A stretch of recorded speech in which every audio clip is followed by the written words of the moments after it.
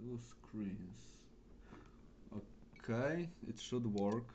Uh, if anyone is watching today, I will be reviving the channel and I'm doing this with Nick Acuna, who is also here. So hello Nick. Howdy, howdy. And as far as I know, it's one of the first times of Nick on stream, so be gentle for us because I also forgot how to do anything live related. And if you have any questions, feel free to ask. And if you can hear everything, let us know. And if you can't hear something, also let us know. And if you have any questions, also let us know. So, yeah, the biggest check. Ola, sprawdzisz, czy działa? Okay. My significant other will check if the audio is working, just in case. So yeah, me and Nick, I used to, I mean, I still really simp all his artworks that he does. And the funny thing is, I was simping his artworks way before we met. And then when I got hired in a company where I still work right now, it turns out he was there, and like it was him, and I was like, "Yo, I like your works." And a friend of mine made a figure, the Punisher, out of one of your uh, paintings, Yeah, I uh, remember that. but I don't know if he finished it. Yeah, well, Uh, sorry man, I don't mean to interrupt. I'm just so excited to be here. okay. Oh, audio is a little silent, so this is probably me. You should be fine. Okay. Yeah, so I guess we can just scribble or draw something. For me, I believe I will go with the gargoyle thingy that I was dreaming about. So you can, I guess you will go with more science fiction stuff, right? I think so. I'm thinking about doing something. Again, I'm playing a bunch of Call of Duty, so I might do like an operator, but I love drawing stuff related to demons, so I might combine those two ideas somehow. So you will end up with Doom, basically, science fiction demons. Well, I mean, if you put it that way, I guess. Yeah, Here nice. I am thinking on revolutionizing, I'm making something completely new. Yeah, it's always like this. Recently, the painting that I have done, I was like, "Yo, it's super original," and everyone was like, "Yo, blasphemous," and I was like, "I never played it, but you are right." So, Yeah. Yeah, man, that's usually how it goes, especially when hmm making art. Especially when you're looking for references and you find the one thing that you're actually doing already, it's already done. It's like, ah, okay, well that's mm, fine, I guess. yeah, that's true. The curse of being an artist. Yeah. So also again, if anyone has any questions, feel free to ask them. It will be much easier for us to talk about something. If not, is there any topic, Nick, that you feel like talking about, or we just like see what will come up? Dude, I'm Or just maybe along tell for your the ride, story man. because you are like new here. Oh, even the chat is working on the screen. I was not. I was thinking it won't work. Nice, it works. Yeah, so I guess also because usually it was a bit more like an interview that I was doing, but now I believe I don't have a power to care about all the like official stuff to make it like super nice. So, what is your story with art? How you started? How is it going? How it happened? Yeah.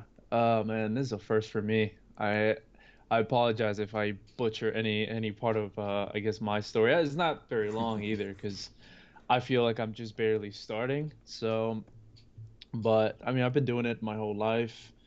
I'm originally from Colombia, and then I came here to the US when I was 10, and pretty much ever since I can remember, I've been doing art. Like my dad was always, he's not really an artist, but he was just always, drawing with me.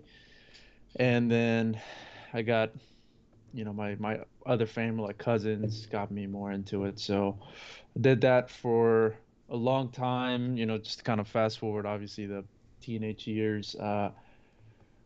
I wanted to seriously pursue it ever since I can remember again. I know that ever since I was a kid, I was going to be doing this. So, high school was spent pretty much trying to look and explore for different things that I can do. So I ended up designing my own like uh t-shirts, Mm-hmm. like prints for t-shirts, and then I also ended up working at a tattoo shop for like a year and a half, which it was, it's crazy. That was actually, I feel like that helped me go through art school because the Wait, so mentor you that I were doing had. tattoos? Yeah, Oh, nice. I I've did like done. 5 of them. You've done tattoos as well? Yeah, but I will tell the story after you. Then continue, please. We have to share tattoo stories, man. The craziest one I have is seeing my tattoo in TV on a high-speed chase. Oh. And yeah, it was crazy because it happened in front of our shop. And then the truck that was being chased by the cops runs into a tree, and then two people come out running, and then there's this girl with sweatpants, and then my mentor was like, "Hey, do you recognize that lady?" I'm like, "No, that's a delinquent. I don't know that person." And he's like, "That's the lady that you tattooed." Because I did a big piece on her forearm, Uh-huh. so that's like my little 5 seconds of fame on TV. Oh. Uh, yeah, dude, I know. And then I believe shortly thereafter, I decided to stop tattooing, and then I discovered that you can make art for video games. Oh, nice.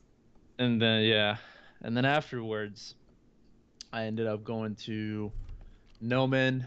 I don't know if you've heard of it. It's a like entertainment design school in Hollywood. I'd say it's more geared towards the 3D slash visual effects side of Mm-hmm. things, but they do have, they do teach like the basics, the 2D stuff. So I was there for that first year, and then I left and did some mentorships with Anthony Jones, and then after Oh, that I went nice. to. It was fun. I drove super long for like a solid month or two, Uh-huh. and then after that I went to Brainstorm for a couple months, the Brainstorm School of Art in LA. Mm-hmm. And then pretty much after that, it was just a bunch of small, uh, interesting projects in itself, a bunch of, well, some, I did one graphic novel by a unicorn. Then after that, I was doing that. I was working with some other guy on his pitch that he wanted to pitch for TV shows and stuff. Then I did logos. So I was pretty much that was like my, you know, just trying to make some money with art Mm-hmm. phase. And then eventually I ended up somehow, because I'm not very good at taking care of my portfolio. Mm-hmm. But somehow NetEase in 2020 reached out to me to work on Diablo Moto, and it's when Share Creators also reached out to me, Oh, nice. and so the rest is pretty much history. I did a little bit of freelance, and then I went full time with Share, and then Uh-huh. I was there for, A very long time. yeah, like 2 years and a half, and then now I'm just out in the world, Freelancing dude. again. Yeah, I'm Nice. just doing my thing. So that's a quick rundown of my story. Oh, nice. Yeah, so basically you have to become jack of all trades first, and then you could like kind of settle on what you want to do, Pretty pretty much. much. Uh-huh. And it's fun though, because I don't know. Even to this day, I'll still be very curious about doing other things. Like trying different projects, um, Mm-hmm. experimenting with different ideas. Like even back to the clothing thing. It's funny. I did a tattoo the other day, just randomly at one of our friends. Mm-hmm. That we had a gathering, and then she has a tattoo machine, and then I ended up tattooing a fox on her foot. It wasn't good, but you just never know where Nice. uh, things may take you. I want to hear about your tattoo story though now that It we're was done with my stuff. super also casual because like pretty much everyone who is drawing anything, they at least once heard like the comment that, oh, you have to design me a tattoo. Yeah. It's like a most typical way for every artist. You just have to. It's like a step you just have to take. Yeah. And I wanted to start, and I was just going through some of the like tattoo shops because my cousin knows quite a lot of people in this like industry because he used to be like a black metal bass player and he just knew fuckload of people. and we were going like together through some like shops. I was showing them my like drawings and everything, what they think. Then they told me that pretty much no art, like almost close to no tattoo artist can actually draw. Most of them just can copy stuff, but it's a Yeah. rare thing that a tattoo artist can do a drawing.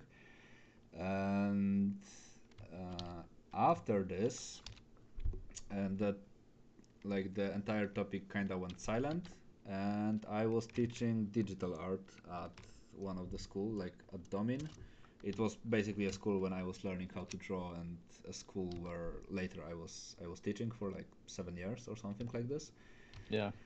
And one I had this like guy who came in into the digital painting classes, and he was all like tattooed from top to the bottom, and he looked like the embodiment of a tattoo artist for me back then. Yeah.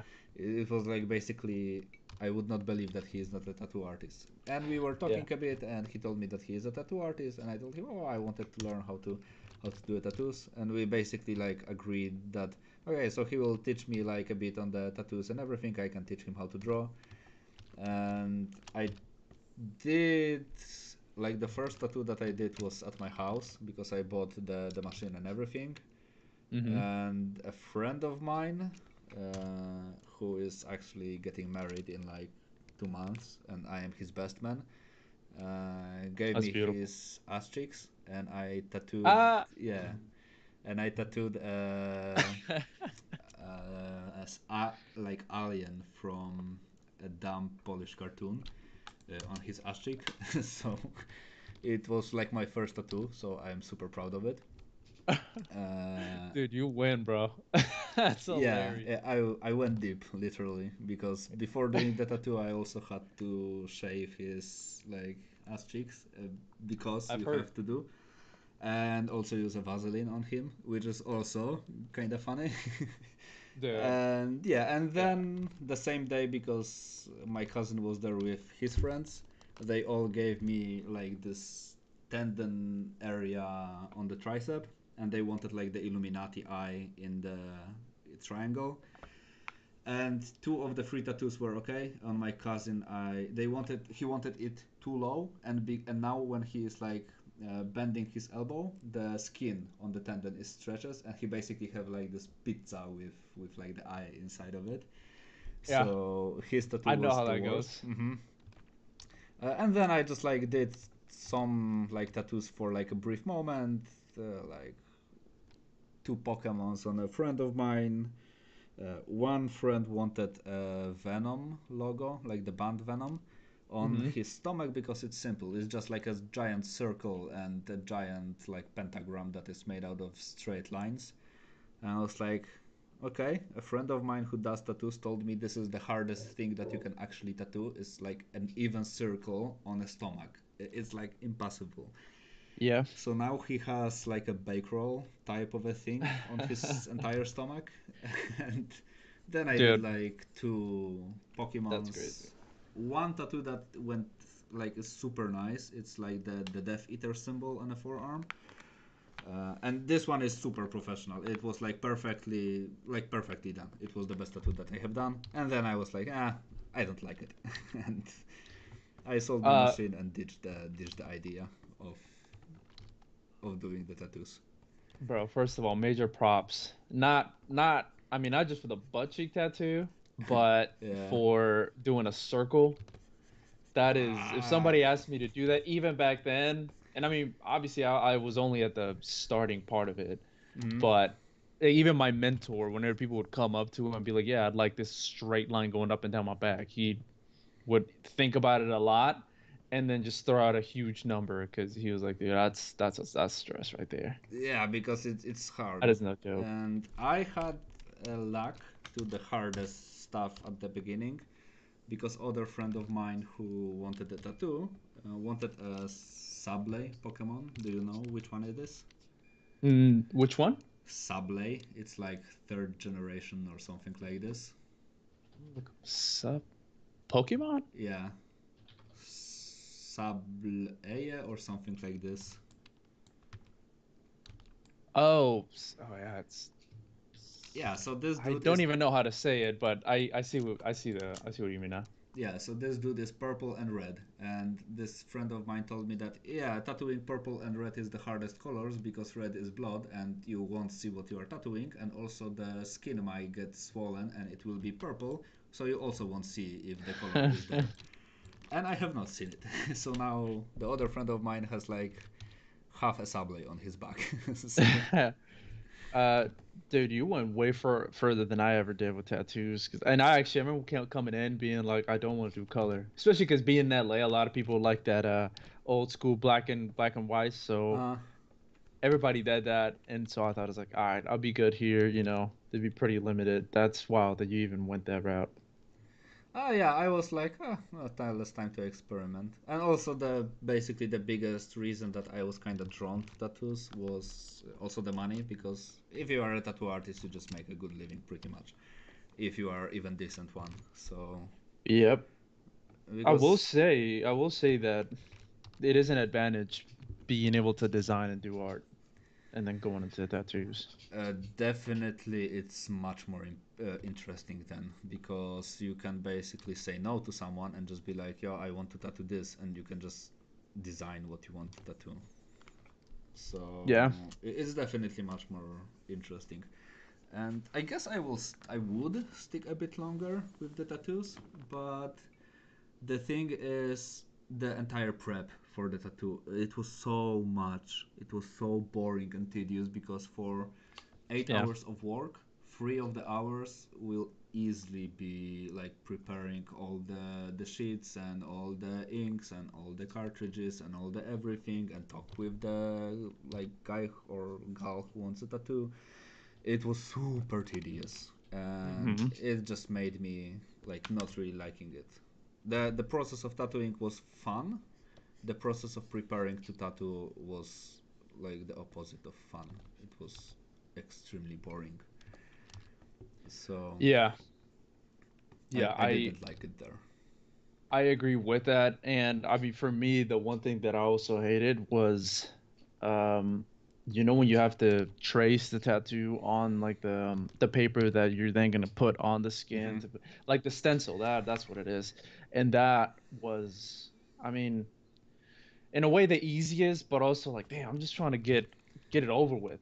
Like by the Hmm. time you start tattooing, it's like so Yeah, late and already. and the worst part is if you have extremely complex tattoo and you don't have the expensive machine that does like the calc. I don't know the word for it.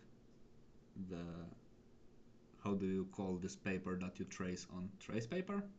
The stencil paper, I Or think. stencil paper, right? Yeah, So if you don't have the machine that does a stencil for you, you have to do it yourself. yeah, and if you glue it incorrectly, it's destroyed pretty much. So it's one use. So you have to do it Hmm. again. So good luck screwing anything up there. Yeah, dude, and I screwed. I'm pretty sure you're familiar with it. Like when you first start, Mm, especially if you move just a little bit, it comes across all blurry, yeah, and yeah. so that's the worst of it. And also, this is one of the reasons why I think if you can draw, tattooing is cool, because then you are like, ah, who cares? And you can just draw on someone what you want to tattoo. And this is super huge time saver and advantage. I agree. I mean, that was my recent experience. Again, like, there was a lot of drinking involved, so obviously there was a lot of trust placed in me that maybe shouldn't have been there. Mm-hmm. But I just remember being like, all right, cool, like I can do art, and so I just drew. I mean, I drew it first on paper to have a reference, and then I drew it on her, like it was Mm-hmm. like behind her ankle, which is a tough area, and I just felt like, all right, cool, like this is cool, like I'm glad that I know somewhat what to do here, Mm-hmm. but dang man, the line just came out so bad. Yeah, but I guess with the tattoos on the front, it's like you agreed to it, and you can't be mad if I fuck it up. So Hmm. So yeah, technically it's on them. yeah, like you knew I will most likely fuck it up, and you still agreed. So now you have to live with it. It was your decision. It's so funny because my girlfriend was there and she actually was the one that had signed me up. because she said Mm. that I do tattoos, and then homegirl was like, "Ah, I have a tattoo," and she's like, "Yeah, he'll freaking do it." And then she walks up to me, she's like, "So, yeah, do you want to do a tattoo?" And obviously, I'm like, "Let's do it. Let's end it." I haven't tattooed in like over 10 years or something, so what are we waiting for? Yeah, and it's the best idea to start this way. So, Yeah, yeah, dude. And then it's funny because afterwards we're like, all right, we gotta go, bye, peace. So like get out of there super quickly uh, before anybody realizes it. yeah. And it's like with personal paintings, you won't get any younger, so you just have to go for it. And Yeah, dude. Yeah, man. Dude. If that is a life lesson right there, hmm that's probably been the biggest thing that I've been learning over the past couple of years. yeah, and to enjoy the process. And the tattoos were a thing that I was not really enjoying that much. I Uh, will, and I will agree on the whole, like not on the whole copying part of it because I remember working at the shop and so many people come in with the same ideas, just a yeah. rose with somebody's name on it, and I just thought it's like I want to do like super creative work. So hmm and that's what drew me to doing this. And now the Yeah, issue of being in that's this true. industry, I feel like is that you don't feel you're creative enough. I know that's for me the thing. Like whenever I look at some other people, like what you've been doing recently has been awesome, But like Thank you. that, even when you look at that, it's like fuck, dude. Like I need to really step it up. For me, it was like I had good 2 weeks, and as I told you yesterday, was like my why do I even do it? And then I was like, yo, I got a lot of likes recently. I do it because I like it. So Yeah. I managed to stop the bad thoughts before they were born in me. What actually I believe happened for the first time, because usually when I go to this like I'm not good enough route, then it can stick to me for a bit longer. But Yep. now I kind of like I don't really care. I just like doing stuff. So Like, wouldn't you say that you have to make like a real conscious effort to, you know, pick to be nice with yourself and then do art just because you like it? uh, what again? What was the question? Like, wouldn't you say that it's funny how it might become like a very conscious effort, Ah, to actually be nice to yourself and you're like, no, you know what? Like I'm gonna do it because I like it. hmm. Like I know for Uh, me that's been the big like one huge thing, especially with art, because I am very quick to shoot myself down and just feel like that, dude. Just go do something else. I think I had a phase where I had to really convince myself to work, because, like, even on my art station, I can wait. I will check, because basically the previous artwork that I did till like yesterday, basically, I had this feeling of I think like I need to level up something, and for the past, yeah, basically 8 months. Oh fuck. For basically past 8 months, I was not doing almost anything for myself, art related, other Yeah. than some streams, and like now, and then I had to make like a conscious effort to like push myself to do something, but also then I was kind of stressed out about all the YouTube and everything, because when I was streaming back then, I wanted to like really care about the channel and everything, and too many things piled up on me at the same time, and I Yeah. also was in the middle of moving to a new house, so like it was even more stressful, and because of this, I felt it was more like a chore than like just a fun thing to do. Yeah. So it definitely like stopped me a bit, and I had to make like a conscious effort for it. Now it's like I like doing it. I don't really mind it. And also for there was this phrase that you used, conscious effort to do what? I forgot this one word. Like to be nice to Ah, to be yourself. nice to yourself. Yeah, and also for this part, I believe uh, I make a conscious effort to not be nice to myself when I go to the gym. So I balance it out with being nice to myself when I do art. So So when you go to the gym, it's just like you just freaking you're a beast, man. You're here to destroy. Like, is that what you mean? yeah, and recently, yeah, and I usually like to really be out of breath after a workout, and I Yeah. really like to push myself and everything. But recently, I misjudged my possibilities, and we had like a party on Friday, and I had like a 5 day skip of a gym, and then I had a leg day, and Oh, nice. yeah, and the training that I'm doing right now is like a really murderous one. And because it was a leg day after a break and after a drinking, after 3 exercises out of like 6, I was like, oh fuck, I'm going home because I'm going to pass out or puke. So I have Wait, not what training are managed. you doing? It's like is there is this guy Ryan Hamiston on YouTube, Mm-hmm. and he has this really nice approach of that really speaks to me that if you quit, like you are weak or something. But he says it a little bit more intensively. But I don't know if I Yeah. can say it on YouTube. I mean, yeah, he did it, so I can. So, but yeah, basically he is very intense in terms of trainings, and it's not a lot of weight, but he can humiliate me with like 3 kilo like dumbbells or something like this, which Yeah. is basically nothing. But he does this crazy amount of reps, and the volume is what is really murderous. Because, for example, on leg extension machine, uh, usually I was doing like 10 reps on it, maybe max. And Yeah. he was like, okay, pick a weight that you can do 30 reps with. And like until you fail, but if you can do 30 reps, then just catch a breath and do 50 reps instead of 30. And this is set 1.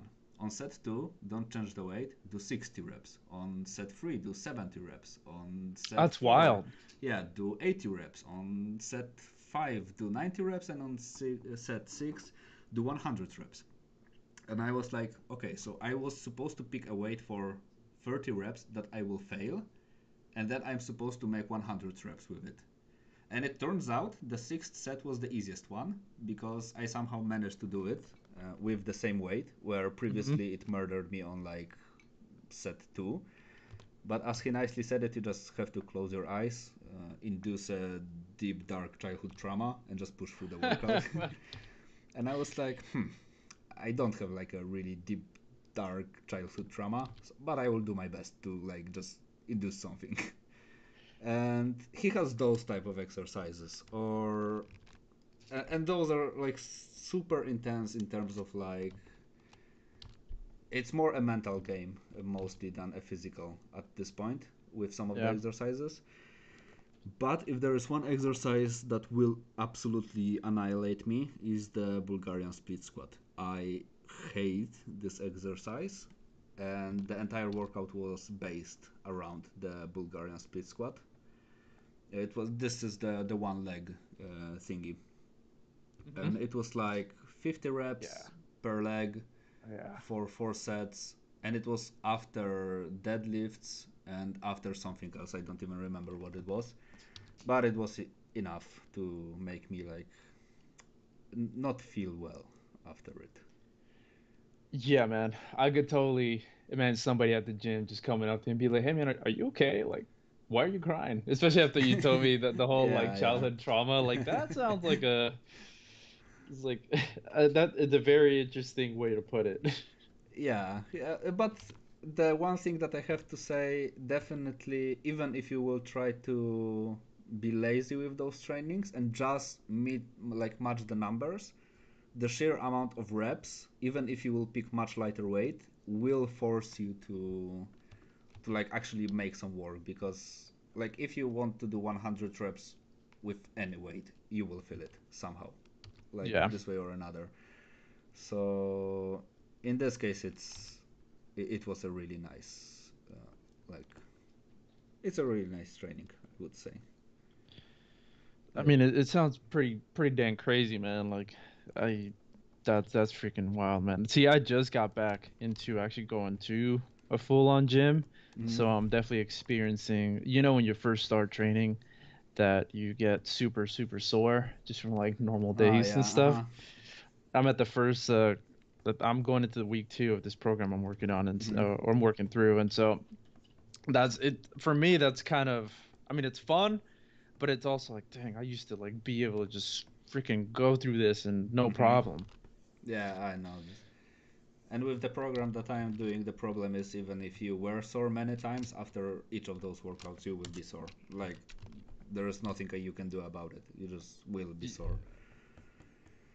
That's funny. I had a funny experience because when I the first time, so I moved about a year ago, and then I took like 5 months off jujitsu, and then I came back in. I remember the first day I went in, it was like 5 in the morning because I always just do the morning classes, Hmm. and you usually go through like a drilling period, and then at the end you just like roll, you spar with other people. Hmm. And bro, it was so funny because I went freaking hard. And then I almost threw up on this one guy, and I had to stop like midway through. Like, I don't believe there was any chokes going on yet, Hmm. but I remember just stopping. The guy's like, "What's going on?" And it's very intense. And I'm like, "I'm about to throw up on you," and I don't know this person. And then there's some other dude behind me that's just like, "Don't stop!" And like, "Do you want me to throw up on this man?" That's the last time I almost threw up while training, bro. And then I Nice. ended up just getting off, going to drink water, coming back, and then almost throwing up again, but not as bad as this the first time. Yeah, it's especially with all this like combat exercises and Y- everything. They are super demanding. Then they don't look hard, but after like a brief moment of even doing like the warm up, you are like, yo, Yeah. how it's not possible. Dude, it's insane, Mm. man. It looks so easy with like when you watch all these Hmm. like fighters on YouTube and how they train. It's like, oh, that's I can cool. They're do it. doing nothing.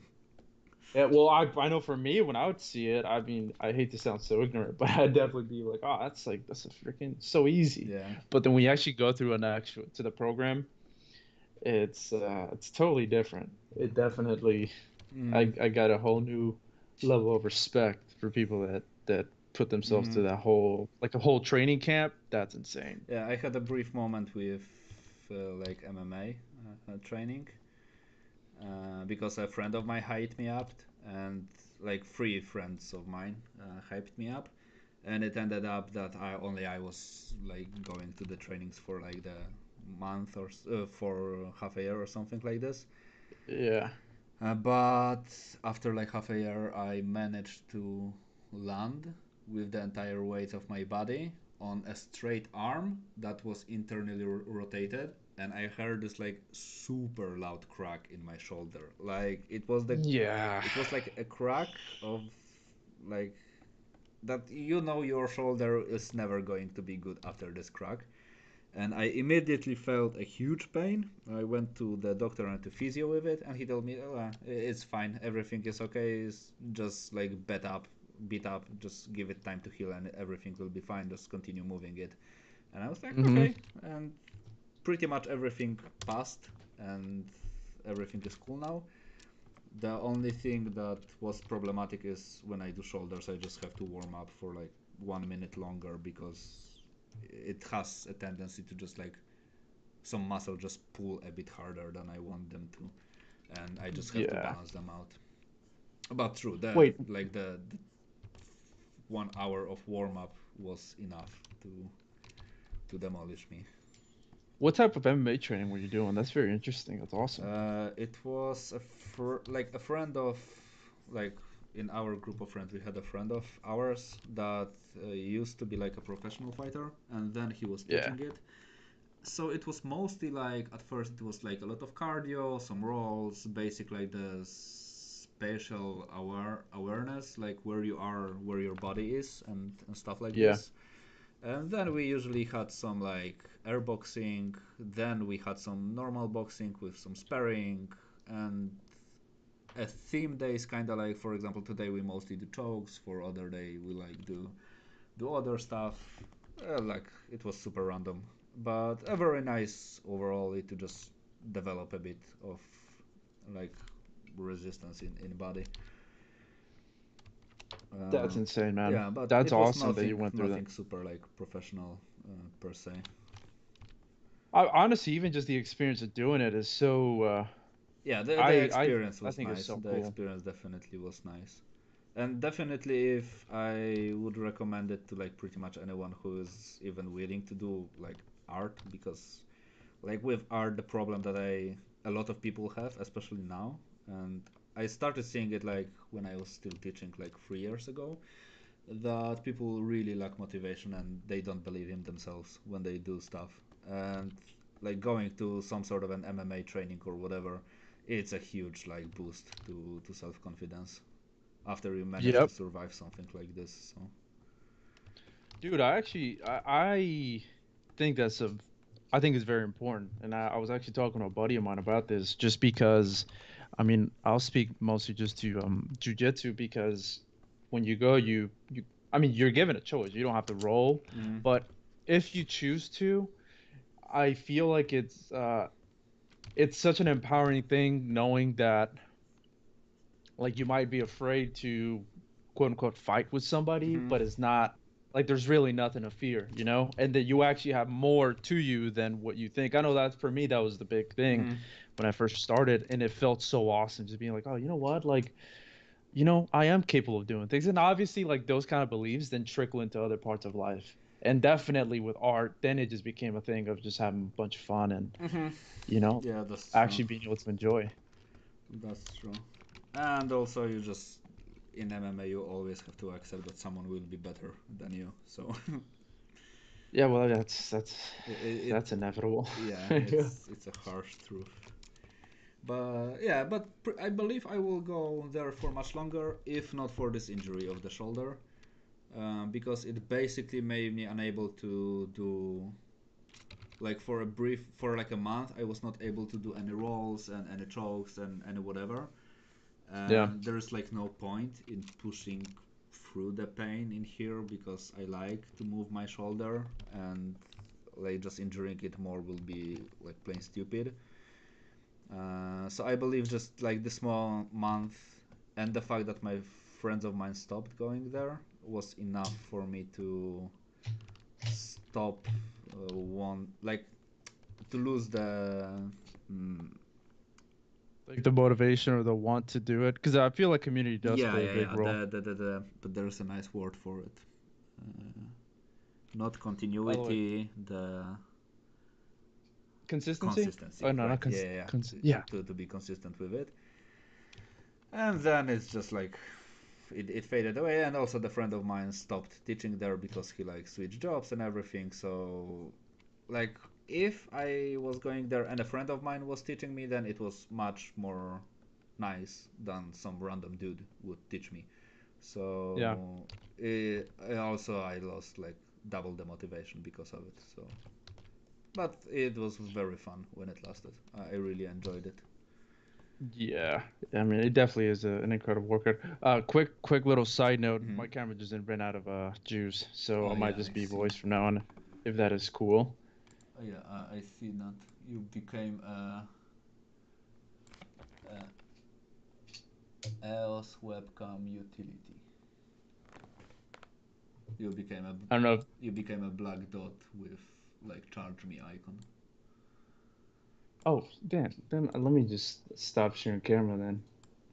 Will Yeah. that mess things up? No, it shouldn't. I just moved your circle to the side, but it should be fine.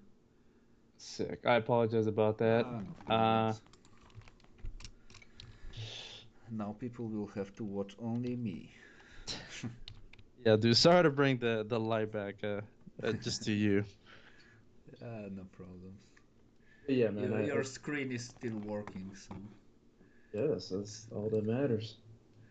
now you are a giant Skype circle. I will resize you. But I won't turn you off because I know that turning off the Skype circle will mess up everything. So I'm not doing it. See, that's why I was even afraid of turning off anything or touching anything because I don't want to mess things up. I know that we spent Uh, some time setting this up. nah, it should be fine. Unless you are using the mic through your camera, but I doubt you do. So, Nah, dude, I got that fancy new thing. mm, so it should be more than fine. Dude, that's dope that you had that experience, man. That's pretty awesome, actually. I get real happy whenever I hear people that got like done some sort of a combat sports. Mhm. Not only, I mean, is it cool, but it's just I think it's just such a rewarding experience. Yeah, that's true. And also, it's kind of funny because when I just read or like talk with some artists and everything about like their journey on what they do, tons of artists go into combat sports and tons of artists are going to the gym and stuff like this. It's like Yeah. a super common theme for a lot of people like that are art related. So I will say it's such a necessary thing. I mean, not like the combat sports, but just like a necessary thing to just get out and do something, yeah, you know? move a bit. That's true. Because sitting Yeah, in front of a PC for the entire day is can be a bit demanding on the body. definitely. Well, also, I feel like if you want to have like a fun time when you go out with your friends and like drink some beers and stuff, I feel like working out for me kind of removes the guilt of whatever I might do, and it's like, ah, cool, well, I'm taking care of myself anyway. So, not that I'm like some freaking party animal, but it's just good knowing that you've got other stuff, that other side of things taken care of, you know? Yeah, yeah, that's true. Like you know that if you are going to fuck up your liver, it's going to be exercises and alcohol. Might not have a strong liver, but my bicep though, you know? Yeah, you can see the bicep, but you can't see the liver. You can't prove me I have a liver. Exactly, dude. You get it. So it's easy. What are you working on? What are you doing? That's pretty sick. You went all out. You're adding multiple characters in one scene. Yeah, I wanted a gargoyle and I ended up with like a massive muscle dude. I don't. I As still we're have the. talking it, I see a trend between what we're talking about and what you're doing because they're all fighting. Yeah, a bit.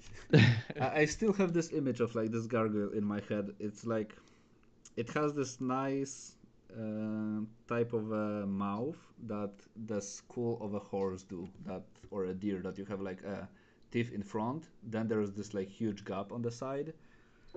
But I believe I will have to sketch it much more to be able to transform it to paper, like to paper to screen. Because now I feel it, I won't do it a justice. It's kind Interesting. of sometimes frustrating that I can't see what I want to draw in like my head per se, and but I can't put it on a like canvas that I know what I want, but I can't physically do it. You know, it's so interesting because recently, since I've had to move really fast with some of the work that I have to do, Mm. um, bro, photos have low key become my best friend at any time those things together.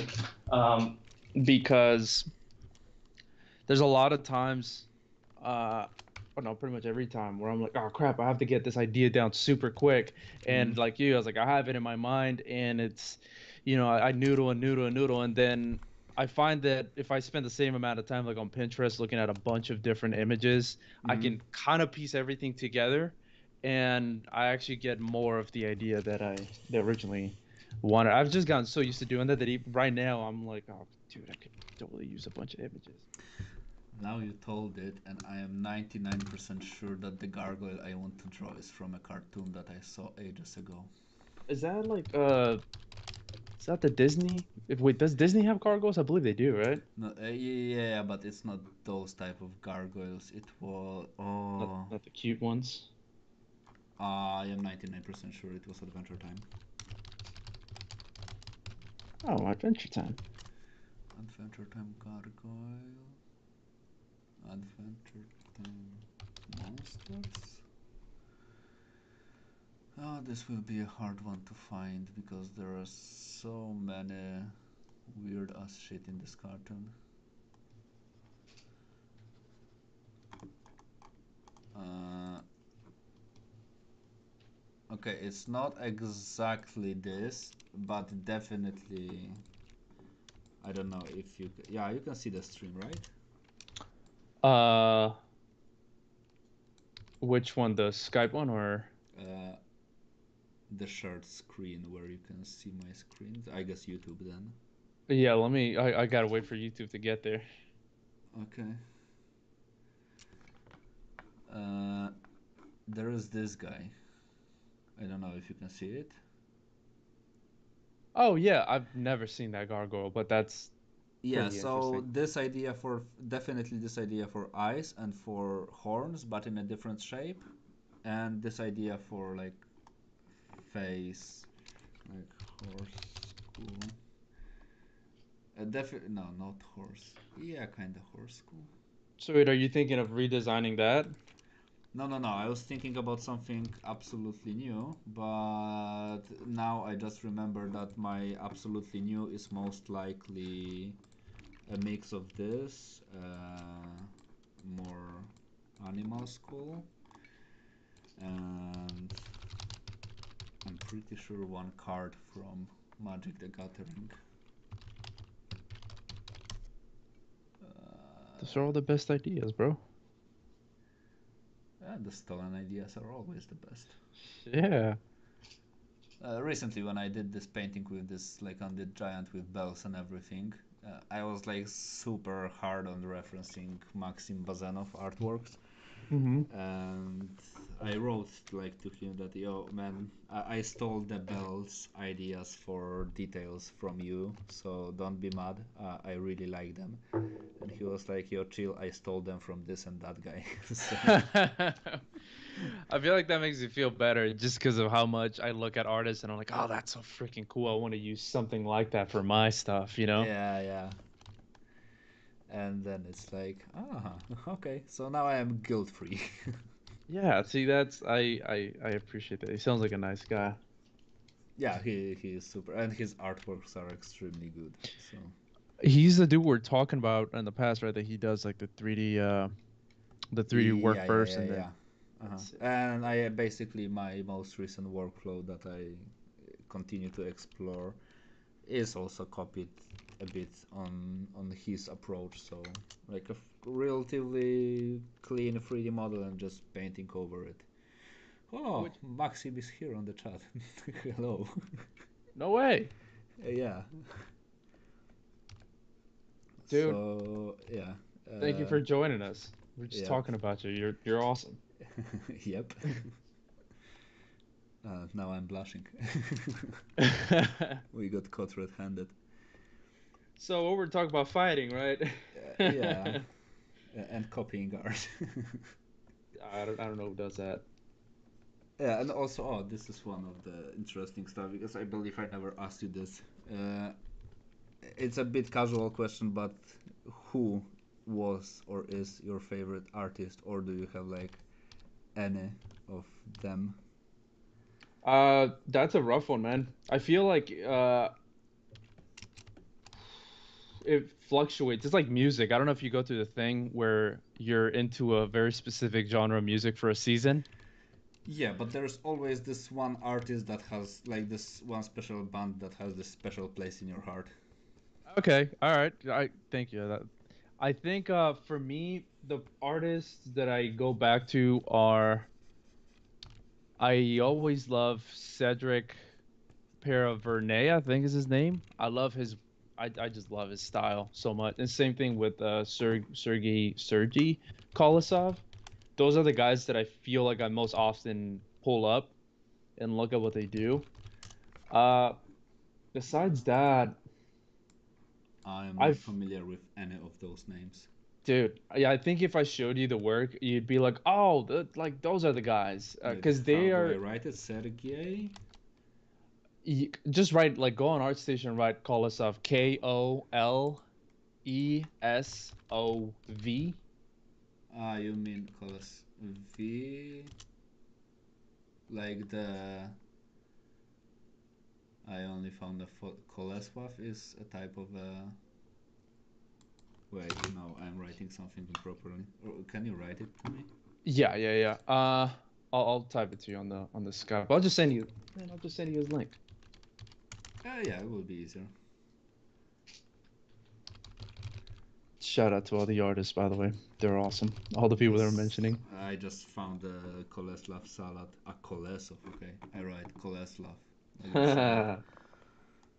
I have never seen him. No way, really? Yep, unless okay, I have seen him Dishonored too. And the other But guys, the Cedric guy that I told you about, he also did stuff for Dishonored, but um he did these really awesome portraits for Diablo 4. And again, if you see him, you'd huh? be like, "Oh, that's the dude." So those are the guys that I usually pull up for, like some of my Peira motivation. Verna. Okay, I am not following this dude too, and I have not seen the sketches for Dia, but I have seen those Dishonored paintings. Yeah, he's awesome. He's really cool. So I'll say those are like the guys that I most often come back to. Oh, and a new dude that I really like his work. His name is Yang Qi, I think is how you say it. He's out in China. Uh-huh. Um, So but he there did might a be multiple of them. let me see. Again, I'll send you the link to his art station. But I think his work is Uh-huh. super cool. And like, I mean, you can kind of like break down their workflows a little bit just by looking at what they do. I And will I write just, all the names in the chat so yeah, others can look. Give me a second. Sergey Koleskov, okay. And the young. Oh, I see the Wukong, the Wulson something. yes, This sir. game. He's awesome. So those are the guys that I can off the top of my head that, you know, to me stand out. Nice. And who was like the first guy that you found, or do you remember the first guy that really made a huge like impression on you? Laurel Austin. I Uh, also don't know him. it's a gal. She did a bunch of concept art for Brink, this old game. Um, and it was super, super freaking cool. And I remember actually that she was the biggest inspiration for me when I first Mm-hmm. started going through art school. Huh. And so, let me see. She took all her stuff from ArtStation, A but lot of people do nowadays. So yeah, yeah. Um, I'll type her name on the Skype and you can just Google her. But I would Wada say she was probably the first one. And to this day, I appreciate what she does a lot because she was the one that did the animated shorts for I will uh also type her. Blizzard, like for the World of Warcraft and all that. Now it a bit rings the bell. Yeah, yeah. And when those started coming out, I thought they were the freaking coolest thing ever, and that actually really motivated me. So she's incredible. I remember the painting of the Kerrigan that he has on her page, Yeah. and the metal dragon from I don't remember the expansion. Cataclysm. Cataclysm, right? Have you ever played Warhammer? No, Warhammer Warcraft. Yes, I World of have. Warcraft. Yeah, it's yeah, it's funny. I played a lot of World of Warcraft. That's actually Huh. uh that was the game that motivated me to do like fantasy work. But the Huh. funny thing about it is that I actually wasn't able to play until way later on. But my parents, when my dad came to visit the US before we moved here, he saw the game and he saw that it was like it just looked cool. So he picked up the game. It was like back in '07. Mm. So it was like vanilla or '06, I believe. And he brought it home and I didn't know what an online game was and I would try to load it and I noticed that I couldn't play. So I was like, Uh-huh. you know what? If I can't play it like on a computer, I'm gonna play it in my imagination. And so I would read the manual and it was all in English, so I didn't Uh-huh. understand a single word. But I just look at the orcs and be like, oh, okay, that's cool. And then I'd draw everything that's Huh. going on. I'd like draw my Nice. own characters and armors and That I was did pretty a much. very similar thing, but with Diablo Manual. A friend of mine, who we were spending like the entire childhood together. We Yeah. basically would play Diablo. Then, after our parents would tell us that we can't play Diablo no more, then we will like because we spent like the entire week next to a PC. Then we would draw Diablo, and then we would like play B Diablo, like play Diablo, and Yeah. usually he was playing the fallen one, and I was some sort of a necromancer or a barbarian, and Hmm. we were like role playing everything, and it was very nice. Dude, it is honestly, I think that helped me out a whole lot, just in terms of creating some sort of a creativity in my mind earlier Mm. on. Yeah, but for World of Warcraft, I was afraid to play it because I knew that if I will start playing World of Warcraft, there is no chance I will stop playing World of Warcraft. So I made a conscious decision to never start playing WoW because I knew it will be bad. It would end badly for me. Wait, how old were you when you had such a wise outlook on Actually, it life was and really, self-awareness? really young because it was before the first expansion to World of Warcraft. Mm. Back then, I knew that this game would be the like my demise, and I decided to never play it, and I did. That's There's a incredibly mature, question. man. What do we think about the new platform Kara? That is the competition for our station. I have no idea what it is. Neither do I, but you may have just given Kara Um, new people. Kara for our. Kara. Ah, okay. Zara. Via C. I can't For me, find it. it looks Cara. Yeah, I mean that's what I wrote. Kara up. Arts app. Oh, got it. Oh, it looks like exactly like ArtStation. Yeah, it does look like our station. The only thing I believe I heard about it, there was something shady in the agreement, but I think it's solved now because it was very old news. I forgot about this page. Well, I don't know. I like the our station recently did some shady stuff with all the AI and everything, but it's like the name and everything and other in our station is just like a standard for me. I got so used to it. There's no way I'm switching unless they just close the page or whatever. yeah. And my answer to that question is that it looks cool. Yeah. Yeah, well, it's interesting though because I remember I have asked a couple of buddies if there's anything else out there, and they just was like, nah, our directors are still always checking ArtStation, so you know Uh-huh. that's really what it has going for it, and that's really why I'm still there. But this looks like a solid new option to Yeah, have your Nick always portfolio, says they are really anti AI.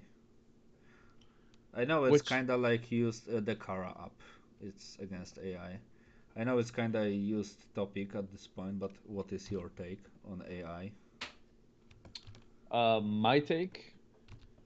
Um, well, I mean, I don't use it, and I definitely feel, Mm-hmm. I definitely feel passionate about not using it. I know that when I'm on Pinterest and I come across AI images, I'm like, oh, look at this, look at these people. But Mm-hmm. uh, yeah, I don't know. Like I personally, I don't like it, and even in terms of creating, like looking at it from a tool perspective, I mean, I feel Mm-hmm. like one thing I've learned about me is that I it wouldn't really do anything too much to my workflow, really, nothing much, because in the same amount of time, I can actually churn out, a bunch of iterations that I'm looking for. You get me? Uh-huh. And so it really wouldn't help me on that. And in the part of what other people like the whole art stealing and all that, that definitely is the one thing where, you know, I'm pretty passionate about that because I don't think that's fair. Mm-hmm. Yeah, that's right. And that is the part where obviously I'm against it and don't support it at Yeah, all. I was really interested in it, but to the point where it only could create those like amalgams of weird shapes with weird colors. Like when it was the very like in its infancy, then it was interesting because it it was not able to produce anything that looked like something. Mm-hmm. And then I was like actually inspired by it because I got this like blob of weird shapes, and in those shapes you could see like dozens of different things. It was just like super random. But now it's just like nah, nah. It's very plain, Yeah, I would say. you And know also it. what? Okay, continue, continue. No, no, no. Sorry about that. Dude. I had two little cups of espresso, man. I'm all about interrupting, brother. I apologize. Go ahead, man. What I wanted to say, the only thing that I like AI for is in the generative images, the transition on big flat surfaces are really nice for the colors. So if I were to use it for anything, it's only to like show me how can I mix 10 different colors on one flat surface. So it's still like it has this main color, but has this all these variants of hues in it. This is like the only interesting thing for me at the moment in it. Yeah, it's so interesting because I was thinking about. Have you watched that movie Ratatouille, the Disney movie? Yeah, uh-huh. There's something very interesting. I mean, I don't mean to spoil it, but well, I'm This sorry if I movie is spoil like it. 100 years old. You can't Dude, I spoil just watched it last year, okay? So, it. Okay. um, but there was a scene where the guy takes that bite of food and he's taken back to his childhood, and it like Mm-hmm. connects with him. And for me, when I think about what really makes something like good, or something that connects with you, even in our industry and what we do, I Mm-hmm. think it's when you bring some sort of personal touch to whatever you do that makes it come alive. And so for me, that's the one thing that AI is always lacking, and it can't ever have, because it didn't go through experiences that. Mm-hmm. Yeah, that's true. It just can't. It can replicate a nice image of whatever. It can't make you resonate with it anyhow. So Yeah, with exactly. yeah, this is a very good take. But in terms of like replacing the artist, I think it's a very far stretched like assumption a lot of people do. Like, of course, some of the stuff will be replaced, but I believe it will be the most tedious task that no one wants to do anyway. So, Yeah. but if someone is into like drawing hentai or fury or whatever, they are in trouble because it will be hard for them to outpace those Yeah. stuff. Have you seen, there's a concert where I think it was like David Guetta, he got AI to write the lyrics to a song the way that Eminem would write it, and then he got another AI to sing in the voice of Eminem, and he played it live in a concert, which I think is kind of messed up. But that to me was crazy, because it was like, dang. So everybody really is. Just today I saw a video that they made AI Drake and they wanted to, and they were like, yeah, the Drake is like AI Drake sounds like Drake, but apparently AI Monday does not sound like AI like Monday. So, Hmm.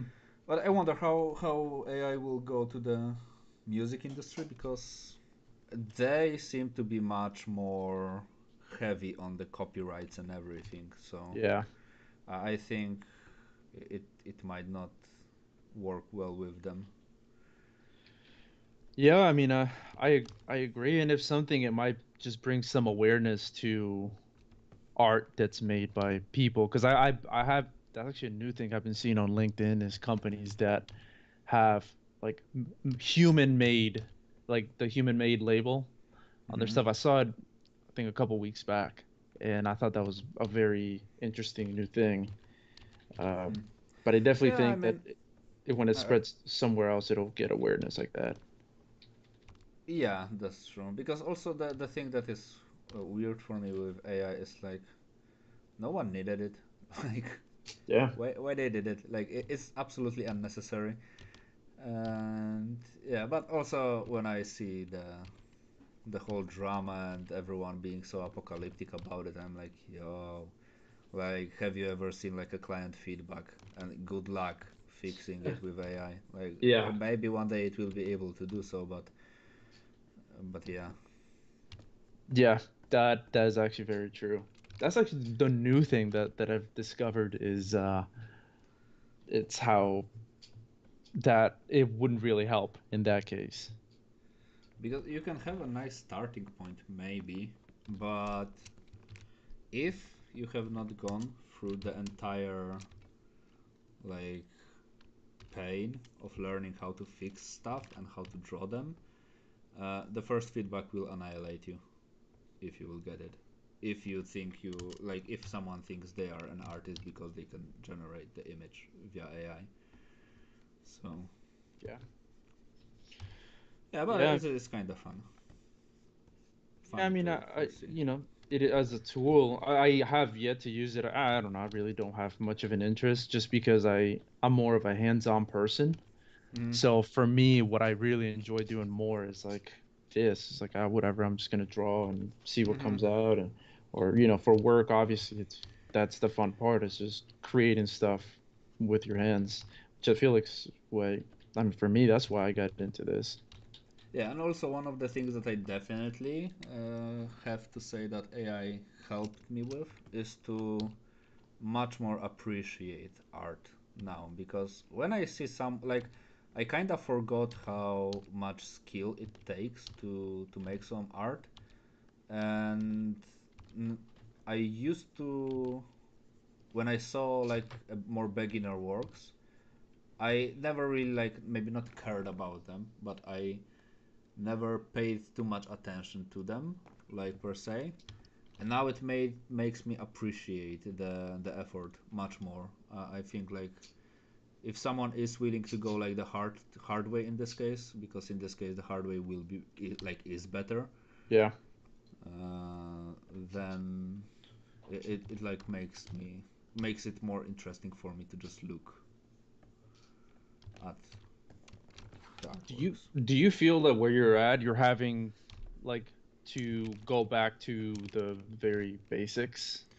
Um, After training, like the brief training with Sasha, yeah, I believe yes, yeah, I should. But on the other hand, I believe that I am learning much. Like, I think I am at this point where working on the basics would not be as beneficial as putting to what I know into the practice. So just, I think now is the step to like develop the skills and develop like what I can and what I want to do. And then when the time comes that I feel like I need to revise some of the stuff, then go back to the basics and study them more, but study them more on a higher level. yeah. So I can take more out of them. I believe this will be the best way for me. And also, like, I am kind of tired of like studying, doing all the studies and everything. So I much more prefer to just play a bit more with 3D, explore some ideas, just have fun with it. Because let's be real, studying mostly is not fun because it just shows you that you can't do the most basic shit. So Yeah. I agree with that. I feel like um it's the one thing that I've discovered, especially with um the basics and the need for them is it's a great just to know how things work. Just because even like if you're doing 3D or whatever you're doing, mm, you should like you should know how something does work in case something breaks. And what I mean by that is like there's so many times in which I'm doing a character and it's like, man, there's something off. And with the basics, you can then troubleshoot. It's like, well, let me see the like my yeah, yeah. perspective. Let me see my edit. I feel like it actually allows you to have more fun with the work just because you kind of have, in my opinion, you kind of have a bit of a safety net hmm and you can just have a bunch of fun. it's definitely great to know, as you said, all the basics. But I think sticking to them all the time is an overkill. But even being able to like create, like draw something and you look at it and like something is not right, but you don't know what. and you can just go back, create like the basic skeleton for it out of like a solids, and see, aha, okay, I fucked up the perspective here and there. Yeah. Uh, it's enough for me, in my opinion. Yeah, yeah, totally. Well, I also, to your point, it is when you follow everything to the T, like the rules and all that. Um, I know for me, what I've discovered is that you end up with kind of a bland, end result. But on the Hmm. other hand, if you just have fun with in a way, the limits or the basics in the back of your mind, I feel like you can actually have fun with the safety and knowing that you can always, fix whatever it is Yeah. that Hmm. you're doing. Yeah, but for me, the like even the easiest example, even right now, is like I know that something is not right with the torso that I drew. Like I just want to kind of flesh it out with like sketching, and I know I can, just in case, like create like the torso out of solids and everything, and just check what is not right. Yeah. But it's not fun. So I believe it's good to always have this like checkup phase at some point with your artwork, but it shouldn't be the goal of the artwork. To have to check it every time.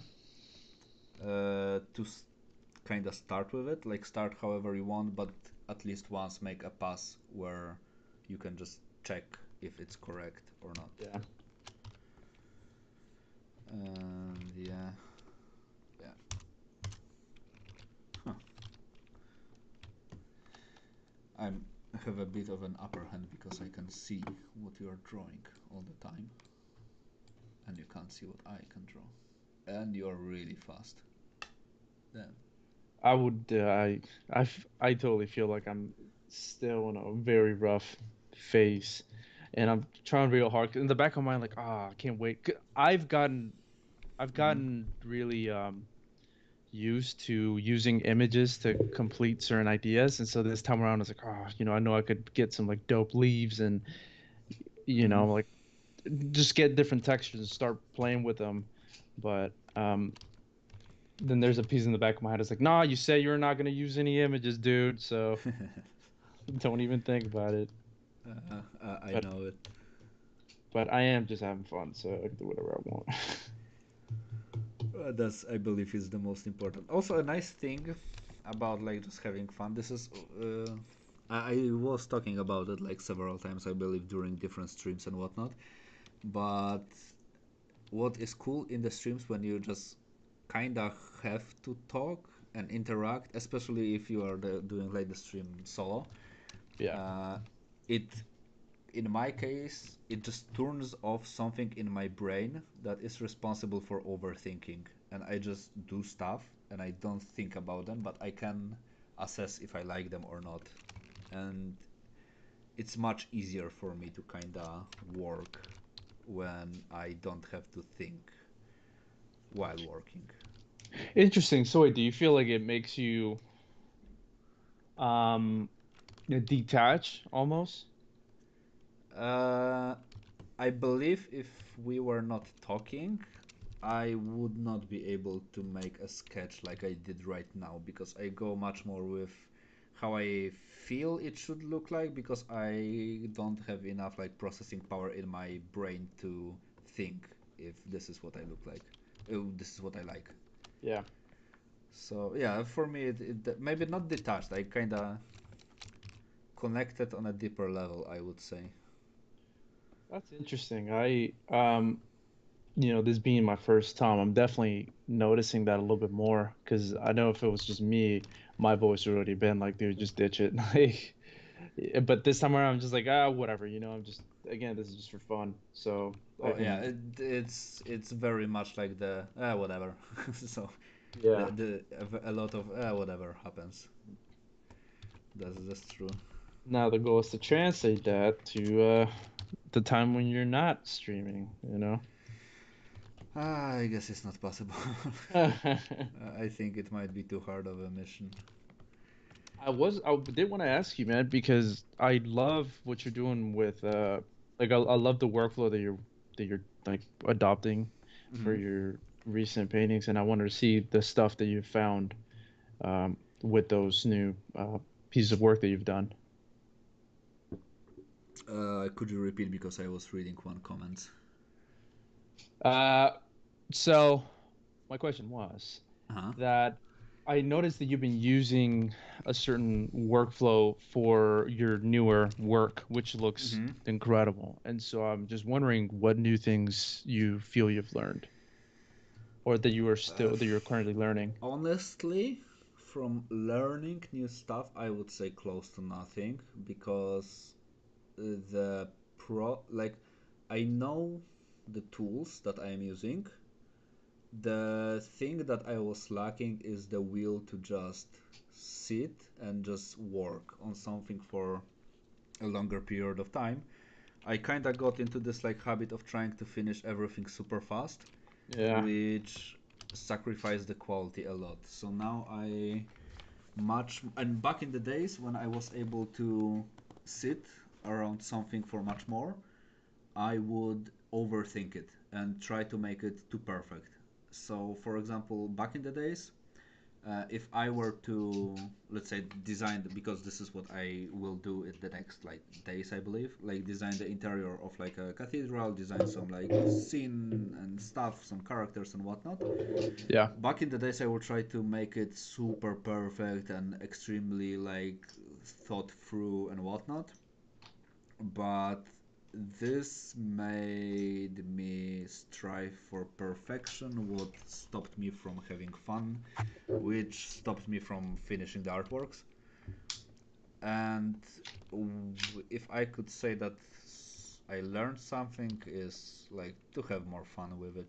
This was like the lesson that I forgot and had to like relearn again to just enjoy the process, because the rest was like I know how to use stencils, I know how to like model something, I know how to apply textures to like extent that I might need.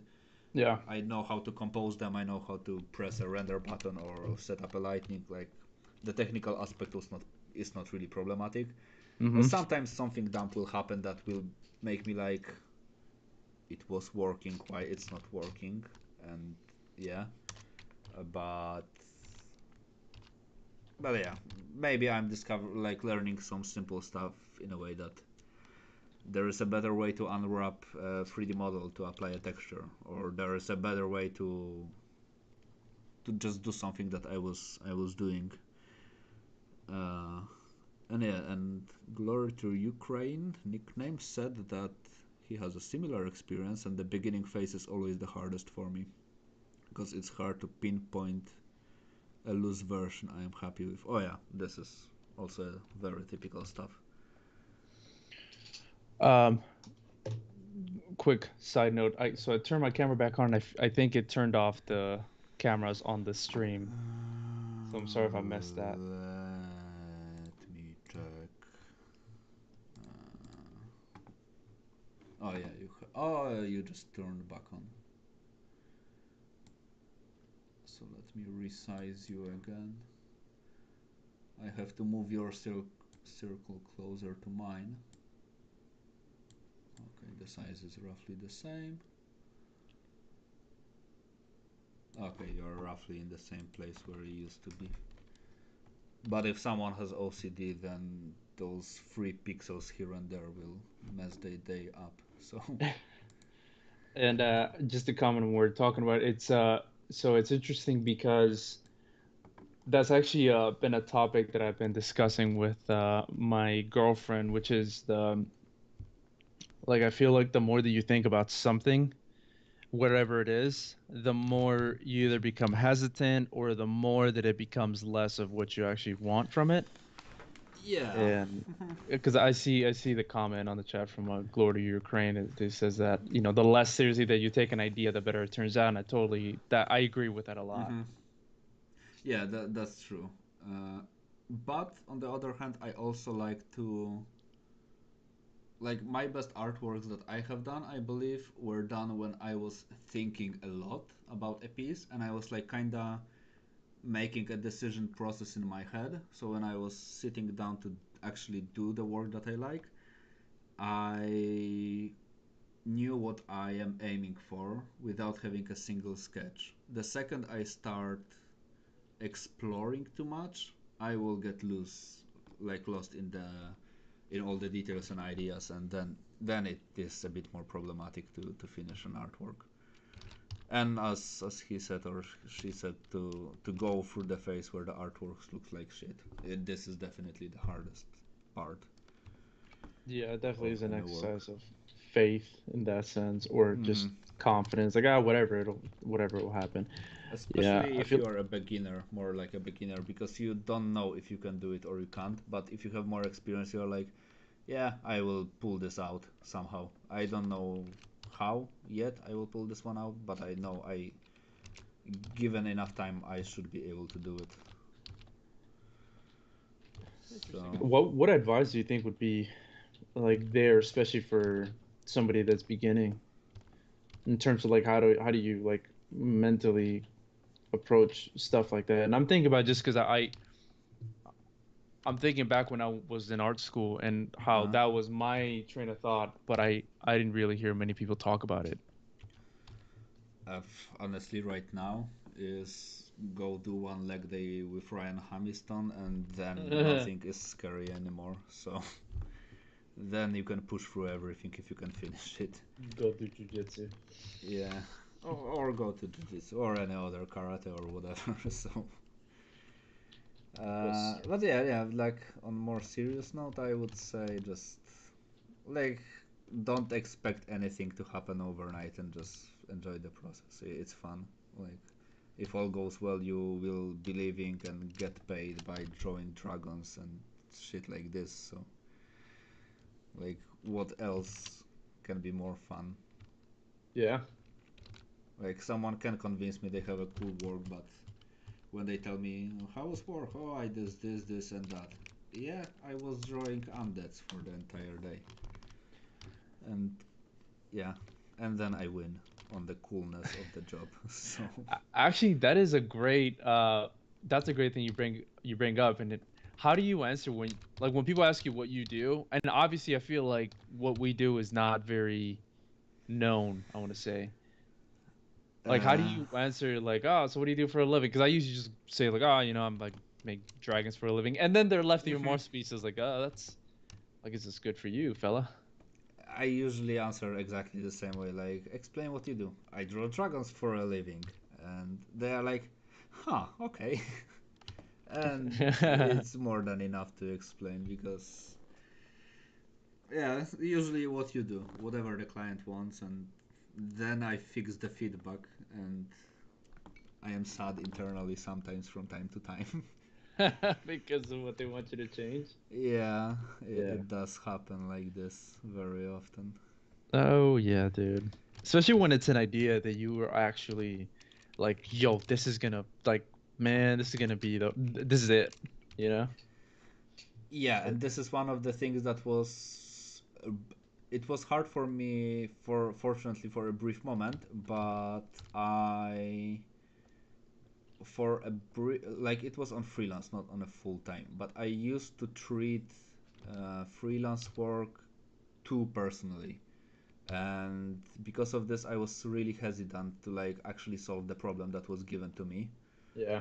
So definitely one of the great advices for anyone doing anything is like in the end of the day it's work that you are getting paid for, so it's cool and fine and dandy, but it's still work. So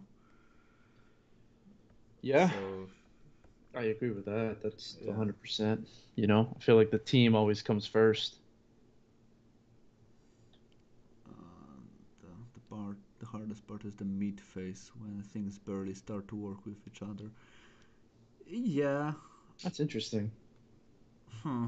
For the mid phase, I don't know. For me, usually the hardest moment right now is not starting, not the mid phase, but to decide when I want to end a piece. Like when is the end is the hardest for me at the moment. Yeah. So I believe that like having problems in the mid phase is a good time to revisit the basics. Then maybe this is the moment for it. Funny enough for me, I think it's the beginning because one thing that I've gotten more used to recently is um like measuring okay, fuck, I'm trying to find a good way to say it. I was going to use the whole thing like, oh, measure twice, cut once, and that's what I Uh-huh. mean. Like for me, like the planning at first is it's the hardest part, but it's also the part that's going to set you up for success, in my Mm-hmm. opinion. And that's actually the one thing that I saw in you know my old job. It was that like a lot of the times, people would just fail at the beginning planning phase or Mm-hmm. not really put much thought behind it. And then down the line, it's like they're scrambling to go through. I know we had a couple times where, we started with a really messy initial sketch. And Mm-hmm. then at the end, when you have to do orthos, if you have not set up your sketch correctly and you have to explain what's behind everything, you're pretty much having to do more work that you could have done at the beginning. And I do believe that sometimes we get fatigued from doing the same thing over and over. So it's worth maybe it's a little bit of self awareness of knowing when that's going to come in. Because if I know I'm going to get fatigued at the end, then I might as well put all my eggs at the beginning stage. Make sure that's right. So Yeah. by the time I get to the end, I'm coasting. Yeah, but one of the things is also is depends if we speak professional or like personal art. But I think for personal, it's good to have a plan, but it's also good to have the ability to change the plan if you just find something cooler, and not stick to the plan like religiously because it will make the work super harder if you will limit yourself too hard. Like in the end, it's your personal work, so you can do Yeah. whatever you want. And for professional stuff, definitely is good to have a clear understanding what you want to do. And there's a question. With the recent AI blow up, I have noticed a lack of clients the past few months. What would you recommend for somebody who wants to earn from art these days? What do you recommend? Um, I mean, I would say it depends on I guess what type of art you're trying to make.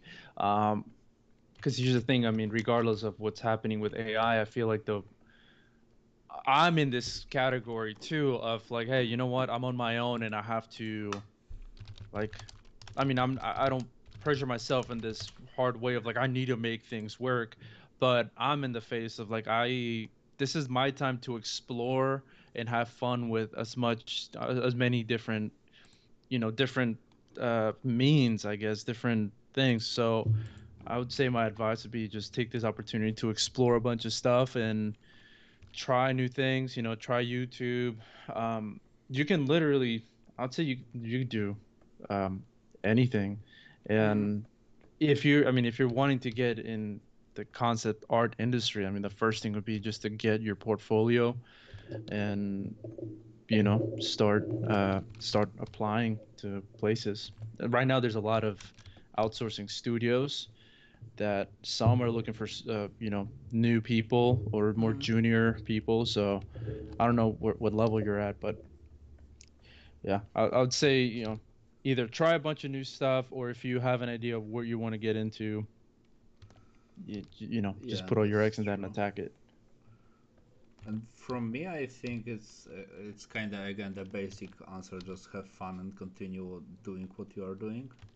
And at some point, you will get to a level when more and more people would want you for the stuff that you are doing. So, Yeah. also, have you ever had like have you ever been on like this path of searching for job, or did it happen for you like naturally? Or you were like applying to studios over on studios, you got rejected a lot and stuff like this. It's interesting, man. I like the way that I've gotten opportunities has been from studios reaching out to me, and I've Mm-hmm. definitely applied. I've definitely applied to a bunch of different places. Um, and like a lot of times it's not a hit. And I know for me, like the one thing that I can say is that I mean we work together, so how much work I've done over the past couple years, and a lot of that I can't show. So I have this old portfolio that is super outdated, that I'm having to pretty much redo, Mm. and that's you know that's the new thing that I'm focusing on. And then but I yeah, it's just pretty much that. It's just always applying. And what was your question exactly? Did I answer that? I'm not sure if I did. You asked Yeah, if yeah, yeah. That you really didn't have to search for work. It happened more organically with you. yeah. And Oh. I can't even say that somebody recommended me because I haven't made too many networks in the places that I've gotten work at, you Mm-hmm. know? So, I do want to say that the reason why that has happened is that even though I don't have much, there is something on my art station, my portfolio, and at least that is there. And Yeah, so I yeah. feel like always being ready is the key, and that's Yeah, what's but helped me. honestly, even if your stuff is old, then it's still much better than vast majority of the stuff that a lot of like people will ever upload to our station. So even it's old, it's still it can show that if you could do something like this 5 years ago, then you can do something definitely much better right now. So That is a good point. Yeah. because often when I look at some portfolio of some guys, when we like search for anyone, I'm like, okay, you could do something like this 8 years ago, so it means right now you are on like a god level, or so yeah. It's interesting because that was actually the case in our old job is Mm-hmm. because I was pretty much wearing that hat of like looking for people, and that was the biggest thing for me. Like it actually gave me a different lens of like, oh, now I'm the one that's looking at other people's Mm-hmm. portfolio, Yeah, and and that's looking through definitely portfolios and like knowing what you like day one when you are not doing it. Yeah, cool portfolio.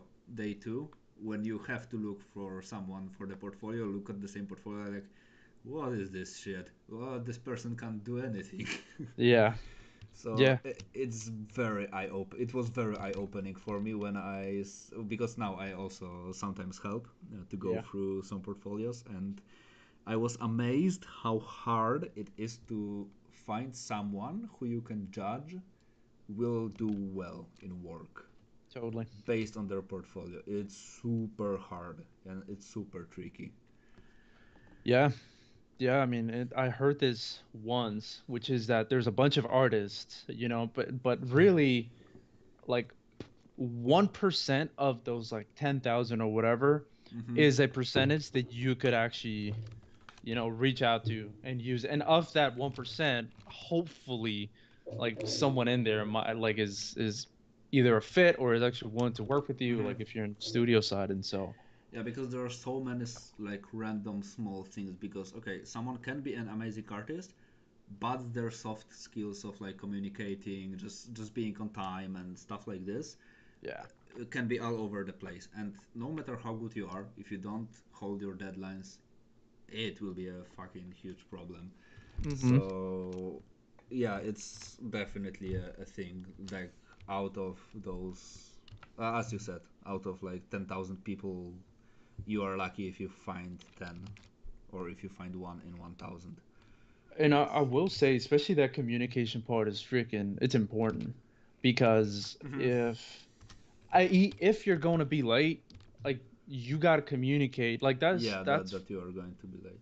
Uh-huh. that's the biggest thing I noticed. Like, man, a lot of people are late and they don't even say anything, and that is probably the biggest pet peeve. It's not even being late itself; it's just like being left in the dark, and that communication works for everything. Yeah, I when I know someone might be like this, I always tell them like, don't worry if you will like. I won't be mad if you tell me you won't be able to send something now or tomorrow, and you should send it yesterday. Like, just I'm a human. Tell me that you need more time or whatever, and it will be fine. Like I won't bite you or Totally. anything. And a lot of people are actually afraid to admit that they like messed up, like time wise or whatever. They will stress out. And Yeah. also, there's a question about the number one place for portfolio, ArtStation. I believe ArtStation is still the number one. Yep, Well, I it's a agree. standard, I think. Yeah, I mean, I'd like to say, I mean, put it in as many different places as you want, but I mean, I'll be honest, I don't have any social medias or anything like that, and so ArtStation is my place, and I don't think it, From my you know. experience, I can say because I definitely like, even though my following is not big, for a long period of time it was much bigger than it should be based on what I do. And it was because I spent a lot of time and energy on like joining all the groups, posting my artworks everywhere, and just gathering like one people here, two people there, and just Yeah. spending the time I could spend on art.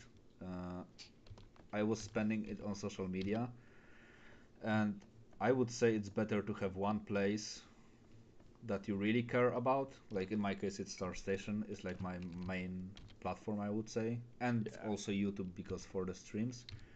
But like Instagram and everything, uh, I don't really care that much anymore.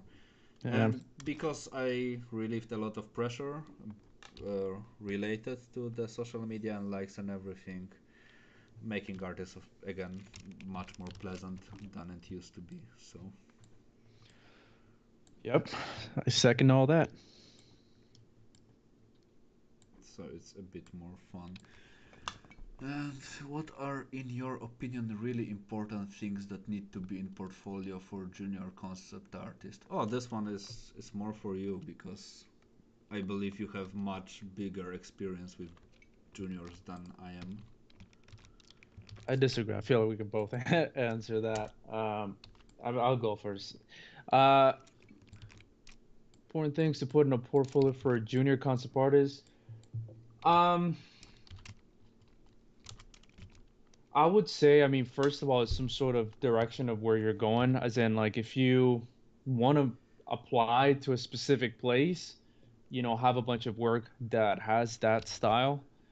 If you are not sure and you just kind of want to just love doing a bunch of different styles, then have a bunch of different styles. But the biggest thing with all of those is make sure that I know for me, the biggest thing I looked for was that your design, like your design made sense and there was deep thought in your design. Mm. And what I mean by that, it's like, I mean, not like, oh, this is like not the very, very small specifics of how to put something together, but at least that you have thought about how this character might be animated in a game, that you've thought about the form language of this character, you've thought about how the character might be seen according to the title that you're working on. So I mean, those are all things that for me, and like I said, I mean, I'm going through like a portfolio making phase right now, and that's my focus right now is creating more of a well-rounded character and well-rounded package because on the other end you have to look at that the clients, like what are they, not only what are they looking for, but what do they want to sell, and so a lot of the titles that we worked on, that was the biggest thing that we have to keep in mind is like how is this going to be seen, and like how can we actually sell this idea Mm. more. I feel like the basics of art are a must, but that's like a given. What do you think? For me, Mm-hmm. personally, like I prefer to see like let's say 3 to 5 good complete projects that will cover a lot of different steps. So, for example, as you said, you can see that someone thought about something, that there is a like brain behind it, not just like a nice image. Yeah. So even stuff like breakdowns, explanations, some maybe lore, definitely like a back view, like ortho views are a huge thing for juniors Mm-hmm. because if you can design something in space, even if the design is not super perfect because you don't expect like a super perfect design from juniors anyway, but you can see they can draw it in different views, it means they have to understand the geometry if they can draw it on a like flat things. So I would say this is definitely a very important, at least for me. Yeah. But other than that, hmm, Actually, I have one more that I just uh-huh. thought about, and I've heard it from two people. in the industry, and one was actually in an interview, which was I was in this interview, and the reason why I got called, I got Mm-hmm. picked for this job, was because of sketches, and it was for Mm-hmm. this sci-fi character, and I remember the guy just like just he went through the stuff, but he stopped at the sketches, and he was like, "Hey, so this is actually this is what we want, we like this. Mm-hmm. How long?" I mean, first of all, I Hold on. received this as a word of advice. Never say how long something took you, but he was like, we like this. Like, do you think that you can actually Mm-hmm. do this within a set amount of time? And I was, yeah, I mean, totally. But then I heard it from another buddy of mine who is working at a big studio in Texas, and he said the same thing. He was like, yeah, dude, like we look at the sketches that people make. How they think and how they ideate is actually the biggest reason Mm-hmm. why we hire somebody. And it kind of goes back to having a well-informed design. Yeah, definitely the sketching part is super important. I never thought about it. I kind of thought about it like this, but I was never huge into sketching. Like I was never a sketchbook type of a guy. I was Yeah. much more of super ugly sketching type of a dude that later can flesh out and do a lot of like the post processing in my brain. Now it's kind of changing. Now I see the lack of sketches kind of is biting me in the ass, but I'm working on it. Interesting. Uh, and for the sketches also, I lost a train of thought. Uh, Sketching important. If someone can show that, like, if you give 100 hours to anyone, they will be able to flesh out a relatively good artwork. But if someone has a deadline for like 3 hours and you are sure they can deliver at least sketches that are understandable to look at, then you should be fine with them, more or Yeah. less.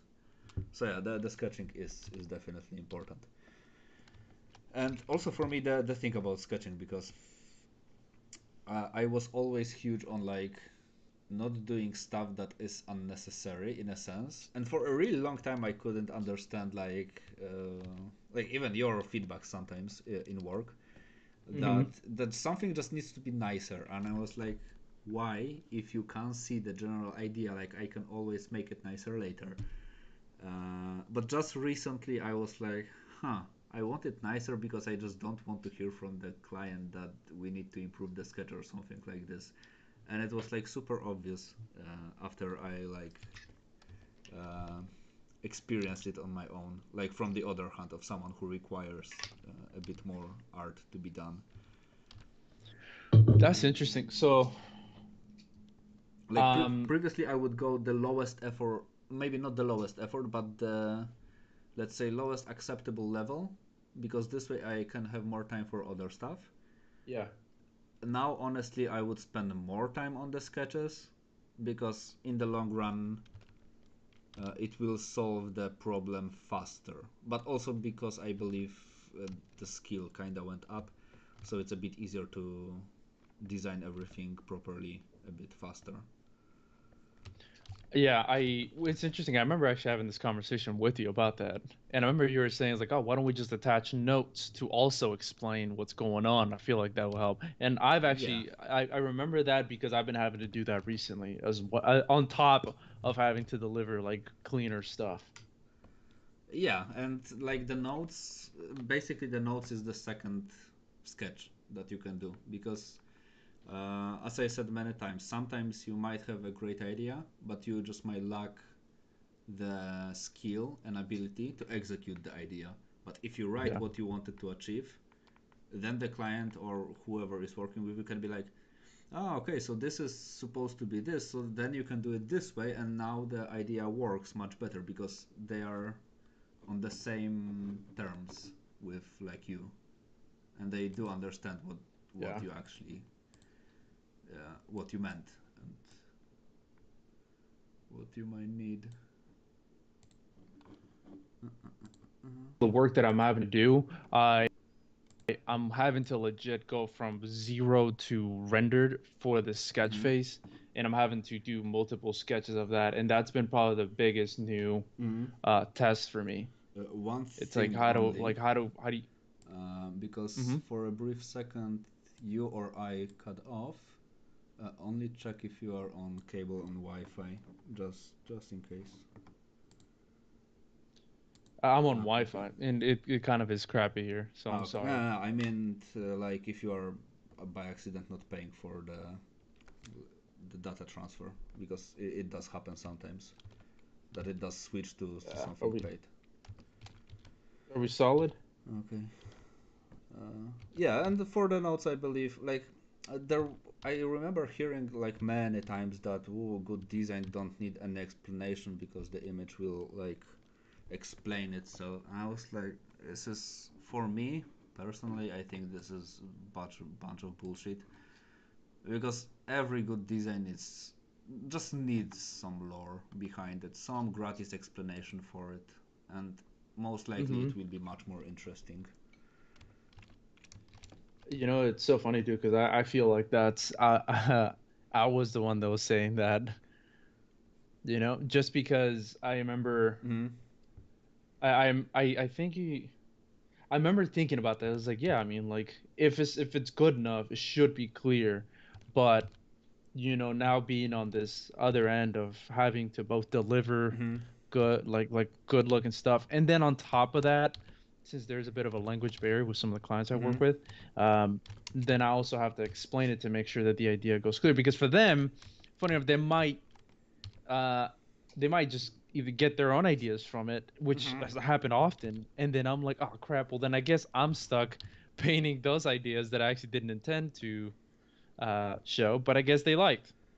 You Yeah, know? but in the end, you did your job well because, like, you solved the problem. If not by the Yeah. way of drawing, then by the way of writing what you meant. So, Yeah, which that's the end goal. That's what we're trying to yeah, get to. to solve a problem and finish whatever you have started. So Yeah. that's true. It's funny, but in general, also this is one of the reasons why recently I have been enjoying much more of what I am doing because I just can explore what I want and write to like myself what I want, like the additional notes. Even because even this is why the reason why for my most recent artworks, I decided to add like those like those fake items that kinda look like Dark Souls, Elden Ring, or whatever, with a bit of lore Yeah. because it's just much more interesting to look at. And I often, when I look at other people artworks, I just want to know more, even though they don't provide more very often. I just want this additional level of like clarification on, yo, give me more because I have an artwork now. I want to learn something about the stuff that you are doing. So Yeah. Yeah, I feel like I've been on the same page too of wanting to create, like, add more depth to the work that I mm. do, which is, I think for me, it's the most fun now. And I mean, not only how you can tie Oh wait. tweak Uh-huh. the character to look super interesting and unique. Mm. Yeah, and And I feel sometimes the additional lore can help you sell the lower quality that you might wanted to achieve. Was there a break on your side or on mine? I'm not sure. Can you still hear me? Yeah, I can.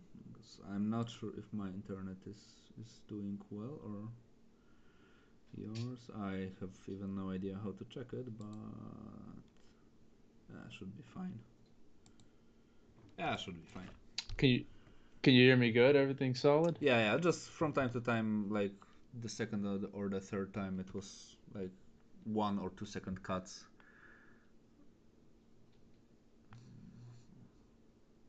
Technology. Oh yeah. As Glory wrote that even the plainest designs can be compelling if they have story behind them. Vander from Arcane is just a buff dude with a beard. Add the story and he is an amazing character. Yeah, that's true. Totally. Yeah, because also this is one of the rabbit holes that a lot of people go. That It's like most of the movies actually right now, and fuckloads of games that they try to do everything super epic, super quickly, super fast. Like everything is over the top and everything has to look super cool. And in the end, if everything looks super cool, then nothing looks cool. So Yep. it was a huge problem for me uh, with Diablo Immortal. It was actually a problem for me when I was playing it, that it became too cool too fast, I believe, visually. Just I was lacking this grind for the nice visuals. And I believe it will be a bit of a problem in Diablo 4. But have you played the beta? I did play the beta. I thought it was interesting, but funny enough, I was not encaptured by it, you know? Oh, how many hours have you spent on it? Oh, dude, I spent like 25 minutes. Ah, okay, so for me it was 27 hours. Ah, dude, so we're about the same. We spent about the same, right? Yeah, yeah, we can say it. Well, what were you takeaways from it, like when you played it? Definitely much better art direction in general than Diablo. Like definitely, like we don't talk about Diablo 3, but Diablo Immortal is going into the better direction than Diablo 3. Uh, Diablo 4 is finally like on a good track. I visually I enjoyed it a lot. The only thing that was kinda only like the only setback I had was after like 15 minutes of playing, I ventured to some sort of a dungeon, and the dungeon just looked like I'm going to fight a final boss. It was so like epic, like very over the top, and it Yeah. was in a really random place. Like I was just going through some like random mountain. There was like a shack or whatever, and next to it like a dungeon that looked like a gates of hell, and like Diablo would unleash on me in a second. Only this was mm, like again, it got too epic way too quickly. But Yeah. on the other hand, it was open beta, so it kind of had to grab you by the balls. So possibly they they will like adjust it. Hopefully they will. But in Yeah. general, I really like the designs and everything. Of course, there was tons of bitching about the balance and everything. But again, it's better. Like I don't think I expect from any company right now to deliver a game that is like good and finished when they release it. Yeah, it's so interesting because I feel like for me the games that actually get me nowadays are the games that the whatever the developers want to make, if that makes sense. Mm-hmm. Like for me, there are games in which it looks like a game that is meant more so like not necessarily this might sound weird, but it's not necessarily the company wants to make it, it's more so that it's like, a bit of a cash grab maybe. I was like, oh, this is just what the people want, so we're just gonna do that.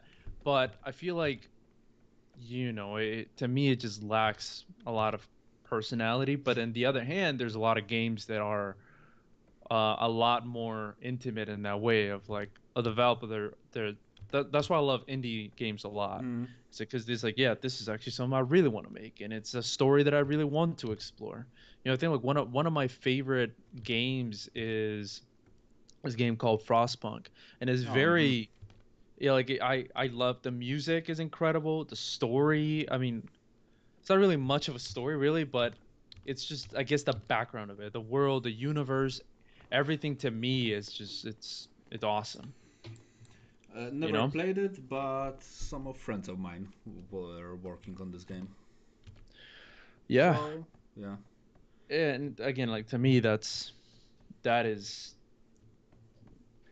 like Mm-hmm. those games are the ones that get me. But then I look at the games that that company's making, and it's the same thing, It's like a lot of their games actually have a lot of soul to it, a Mm-hmm. lot of actually, like more personality. Yeah, for me the stuff that I enjoy is like you can very clearly see. I believe your cam. Yeah, I'm gonna stop messing around with the camera. I feel like this is Yeah, annoying. because I just noticed there is a huge Skype sign on the stream. I'm sorry about that. I Yeah, was no trying to be quiet problems. about it this time. I was like, maybe it'll just be like a little thing on the side. It's like it's not a problem. I promise you, next time I'll be better prepared. Yeah, the entire accumulator and AC connected to the camera. Yeah, but what I meant, it's very easy to see when the game was done with passion and when it is not. And in Diablo 4, the feeling I got is the passion is really back within the project. It it looked solid for me, so Yeah. it should be okay. No, but again, It's I funny how have we no got different reads because I was like, man, this is not. I mean, I definitely could see the people that worked on it, like the mm, artists and everything. Like, I could definitely see the passion, but I feel like, especially with some of those AAA games, you could also see the limitations. yeah. This is the other thing, that the company is so huge that even if they wanted to do something, they really can't because of like bazillions of reasons and internal stuff. So Yeah. we won't even know those stuff. But on the other hand, for example, you never played Dark Souls, right? No, I haven't. Oh yeah, so you have to. So like homework. Yeah, dude, I haven't played a lot of games, man. Yeah, but those, in my opinion, are like again one of the best games ever because you can see this game. Like it's hard to say it is done with passion, but it is done in a very consistent manner. Like it's just pretty much good from start to finish. Yeah. So so yeah. I like that. I appreciate that. I'll definitely add it to the list. I feel like just right now that I have a bunch of time, I'm catching up on stuff that I've wanted Mm, to play. yeah. And Somehow also, I've gotten into Call of Duty, but as Vilchek wrote, that the Mandalorian happened the same thing. The first season was like the cowboy traveling the galaxy, and then 7 million of epic Mandos showed up. Kinda, yeah. yeah, I think the only time I've seen this done like correctly was in the Lord of the Rings, the trilogy, Yeah, because like yeah. each one Uh-huh. was like a step up. And even though like in the first one you had the oh dude, I forgot the name of the demon. You Balrog. know what I'm talking about. Yeah, yeah, Uh-huh. exactly. The Balrog. Like I thought I was gonna be hard to top off, but then when you get to the third one, it's like, yo, the music, the Mm-hmm. giant battles, the ghosts, like everything. I feel like that did it right for me. Yeah, but this was also the times when they cared. And the other thing is, it was also the times when they were actually hiring designers for a lot of projects. And this is one of the things that I have noticed, that very often a lot of projects hire artists, but they don't hire designers. And what you end up with is nice images without like any connotation to each other and like any thought behind them. Yeah. And then you end up with everything being super over the top, and it's just meh. It's just meh. Yeah. Yeah. Well, I feel like we ran into this even at work too. Like just having those limitations and Mm, not being able to actually do like or perform some of the cool ideas that we had. yeah, kinda, but hmm, on the other hand, also, yeah, I think it's much more layered. I think in this case, I would prefer to skip uh, work-related things because I have no like. I just don't want to say something that I shouldn't. Totally. Yeah. Yeah. No, I get you. It's much more safe this way. But what I one of the things that I was always trying to kind of push, like when I was still studying, because I was doing like my master thesis based like on a world building and everything, Yeah. and I was trying, and successfully, after like half a year, my professor finally, because they were not very gamer type of personas, they understood what I meant, that games need ugly designs, and they couldn't wrap their head around like what do I mean. And I always what I meant is you just have to make five ugly armors. So the sixth one, that is super nice, is even nicer because like the nice one is surrounded by shit, and because of the surrounding, it's much nicer right now. Yeah. And a lot of games and movies have this problem that everything is nice, and as a result, nothing is nice. So Interesting. Yeah, that's a very interesting point. I hadn't thought about that, but I think that's very true. yeah, I mean even in Call of Duty, like if you have like 20 casual, I don't know because I don't remember the last time when I touched Call of Duty. But if you have like 20 very casual looking skins, and then you have one skin that is like golden, then it's super nice. Then it definitely is much nicer. I think the good, because you played Diablo 2, right? No. Funny enough, dude, I don't think I've played Diablo, bro. So the stream is ended here. See ya. Oh my Hey, god, man. I know, man. Trust me. When I say that, I have to be like, ah, dude, you're gonna hate me for this, but I'm not going to say any names, but there is also someone else who have never played it and really likes Diablo. And okay. if this someone is listening it right now, they will know it's about them. Uh, you also know him. I might have an idea of who you're talking about. Yeah, Maybe. yeah. Uh, yeah, you just have to play Diablo 2 then. So, See, I'm interested. Well, because I've definitely have seen the videos of it, like the gameplays, and that always look it like it. The game looks super cool, man. It's just so funny, dude, because I love the style. Ever since I was a kid, I remember just looking at the Diablo hmm and art style, and being like, yo, that's awesome, you know. And that's I feel like how I've played the game in my mind is just through looking at it, how cool it was. oh, Miko actually wrote that because he is studying where I used to, and when he was showing them their portfolio, they said that it reminded them of my works. But yeah, also it might be a case because on where I used to study, they are quite not familiar with everything that is fantasy related. So I was like the only connection they might have to this world, and Wilczek is That's not about you. interesting. Yeah, yeah. But it was also super funny because I had this old professors, and they are like super industrial designers and everything, Yeah. and I am there like someone is designing a car, someone is designing a boat, someone is designing something, and I'm like, I designed the night.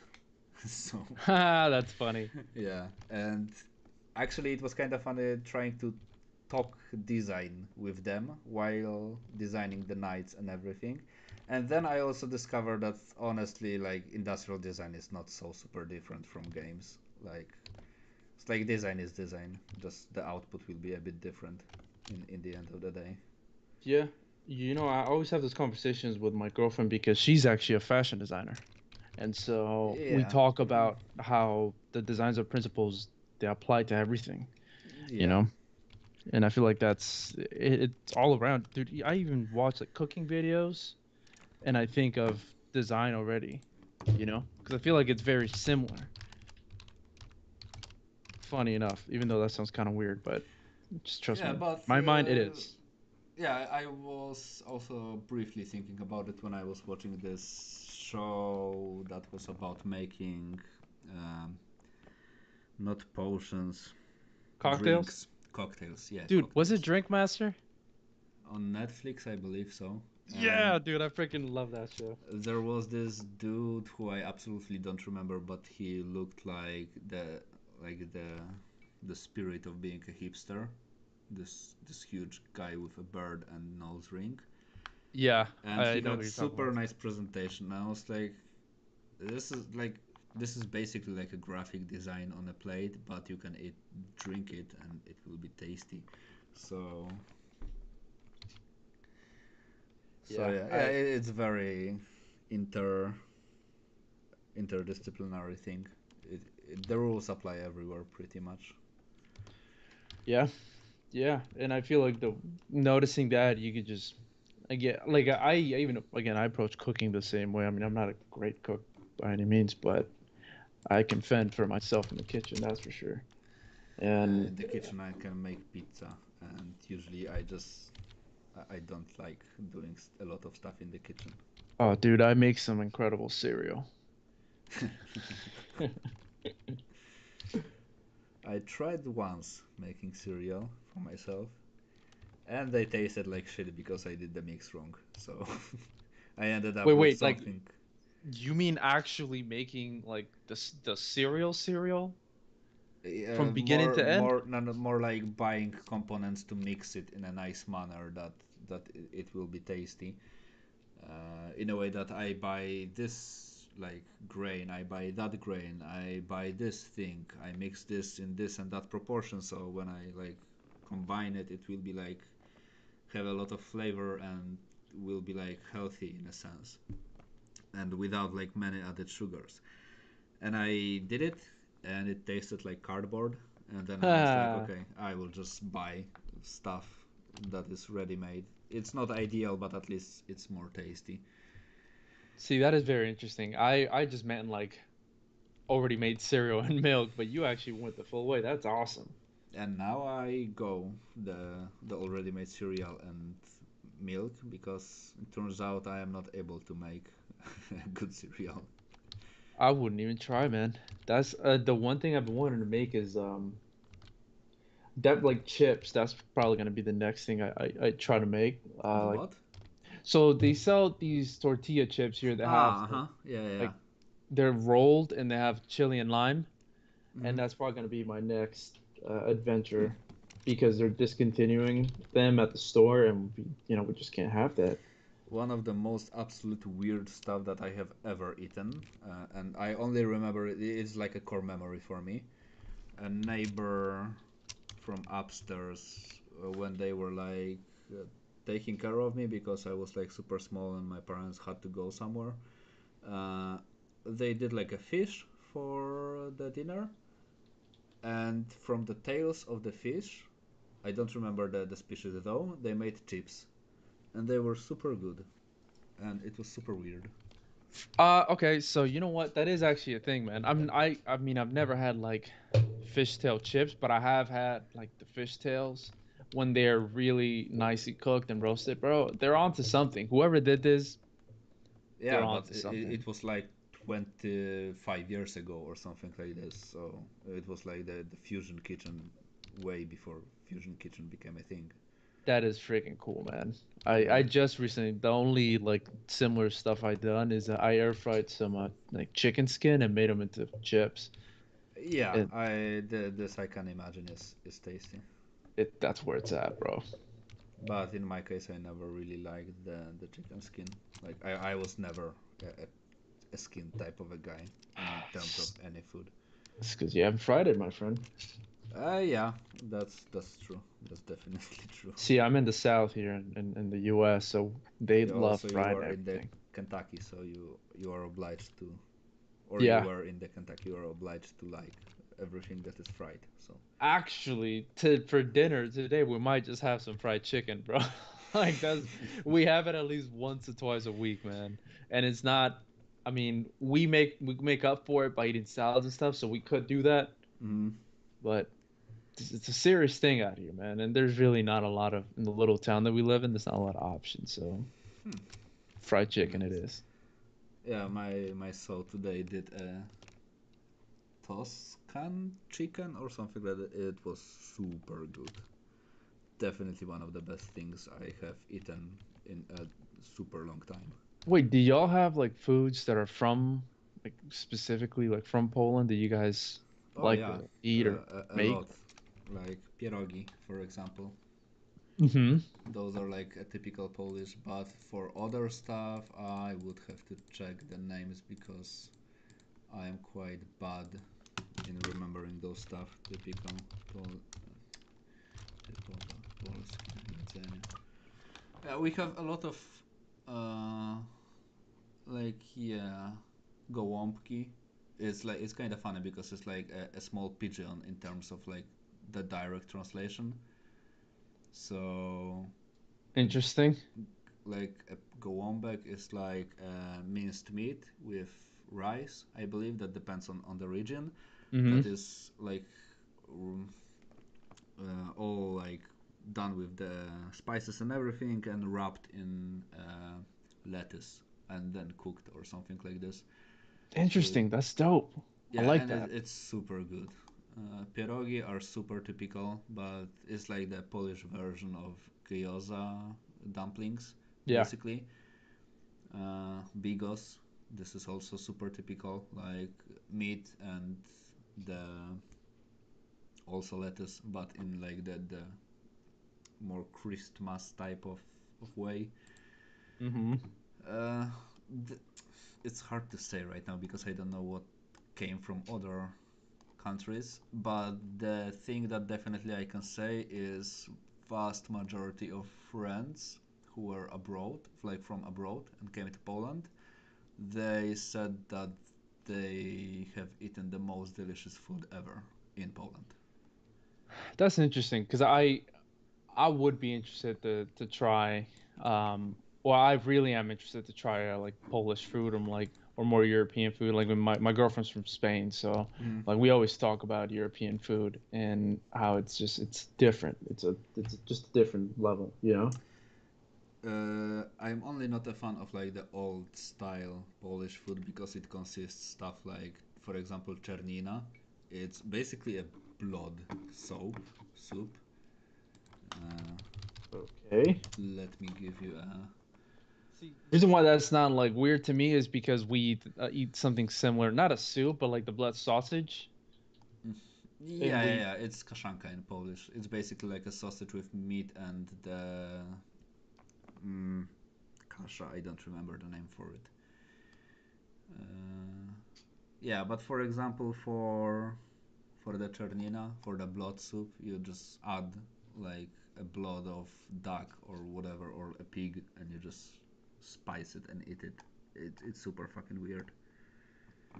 but is it good though? I don't know. I don't think I would have balls to eat it. So, as far as I know, it's very like it's one of those things that you either love or hate. So there's like no between. Interesting. Then it also looks like shit. So this is one of the reasons why I don't want to even try it or do it or just have anything in common with it. It reminds me of that guy on YouTube that wears that red bandana and then goes around the world just trying to butcher. Uh, I know which one because recently I believe I watched like every single episode while working on a second screen. Nice. So I yeah, very often like watch just something, and for like past 6 months he was like on the line of being watched on the second screen yeah. I mean, he's definitely blown up, but he went to I everywhere. think yeah, but he went to I don't know if it might have been Nepal where he tried this, but it was like some sort of a curry that's made out Hmm. of cow like dung, pretty much cow poop, and then they just like I don't even know the exact process that they use for it, but it's just even the people in the town like he asked the lady's like, oh, so you like it, and she's like, no. Like, Yeah. bro, what? And I just get things like, so why are you gonna eat it? Like, even the people in this town don't like it, you know? Yeah, I just checked him. It was Wilson Bachner, and his name is Sonny. Best very food review show. Yeah, And also, I thought he was my age, but it turns out I misheard. He is 1984. what are you? 1994. Oh, Yeah, closing to the 30s. that's dang, dude, man. No, I'm you're young, bro. Yeah, I I'm I 28. I will always be young. I'm 18. dude, same here, right? That's crazy. So we're not far off then. How old are you? I'm Because I honestly I don't know. I'm 97, bro. Like what now? So I'm 20, about to be 26 in the next couple of days. So I absolutely don't believe you. what? Do I look young? I know I have a baby face. I've been told. You are seriously younger than me. Yeah. Fucking hell. Oh my god. I Does Said know about it? this I don't even know, bro. I I don't think he does. And he does he's another guy that looks very young and You are so low. You just now destroyed me. You are younger than me, and you are so much better in art than me. Oh, okay, I'm not dude. Okay, I won't go that far, man. All right. Like oh man. I appreciate the compliment, bro, but Oh, now I you are going to blush. Holy shit. yeah, I am because I don't know I've never had this reaction happen to me, bro. I You was know? like, I don't I know. thought you were just gonna like, oh, okay, that's good for you, you know? No, because in my mind, I always like, I if there is an artist that I admire, I'm always like, how old are they, and how much time do I have to reach their level? Oh So in this man. case, I mean, you're already I'm past, so lagging behind. no, no, but don't get that idea, bro, because I trust me, I feel the same way. So Nice. Oh man, it absolutely just super surprised me. 97. Fuck me. Like I have this idea in my mind that when I see someone who is like much better in art than I am, they have to be like 32 or 33. Like that's it's funny, just just like way older. in my brain, they have to be like this 5 years older than I am. I And mean, I get that. the biggest surprise for me was it was Thomas Chamberlain Keane. Who's that? Let me send you the link. Uh, this guy, Why and is it? he's like Dang. 24 or something like this. Yeah. He is definitely much younger than I believe he's 98, but I might be mistaken. But the things that he does, It's incredible. That's dope. yeah, That's super cool work. and yeah, do this super skill. And even if you look at his artworks that are like, I don't know, well, let me go back 6 years ago, they were good. They were like at the age of 22, he was super good. But Yeah, you dude. just absolutely annihilated my mind. I have a buddy that I went to school with, and he was younger than me by like maybe 2 years, probably maybe a year or two. And bro, like he was killing it, man. Like I think when I met him he was like 17 or something, so I was like 18 or 19 already. And dude, like shortly thereafter, he just made some of the freaking coolest work and went on to just freaking crush it. So that day is the day that I'm like, oh man, I will not like whatever thoughts I have about like people and age, like I'm just because that's how I reacted too. I was like, dude, I can't believe it. This guy just freaking crushed it like that, you know? Yeah, like in now I have like the very hard time adjusting the age difference in my mind. Oh man. Bro, I don't even look 32, bro. I know, but you yes, if you would be 32 and look 26, then it's even better. So Okay. it is like a compliment then. But wow, it's kind of funny because like in the workplace with all the stuff that you did and you led and everything, I was like always I will be like this guy. I will do stuff like this guy when I grow up. And it turns out, When I grow up, that's funny, bro. yeah, and it turns out I'm older. Oh man. This That is definitely a surprise. I was absolutely not expecting it. Dude, you know, actually, like, what's even crazy, speaking about working together, I think this is the only time that we've actually, like, hung out and, like, got to know each other. Because at work, it's so funny how, like, we all just kind of build friendships, but we never ever have, like, sketch sessions with each other or nothing like that. So I actually Yeah, appreciate yeah. this time getting to know you as well, you know? Yeah, that's true. It is definitely a very cool opportunity. And also in work it's just sometimes hard to schedule it a bit. So Yeah. Yeah, and I know sometimes it's those. a bit weird, especially like now it's definitely easier because like you are now on a freelance and everything. So it's like much easier to have, let's say, like know each other and everything.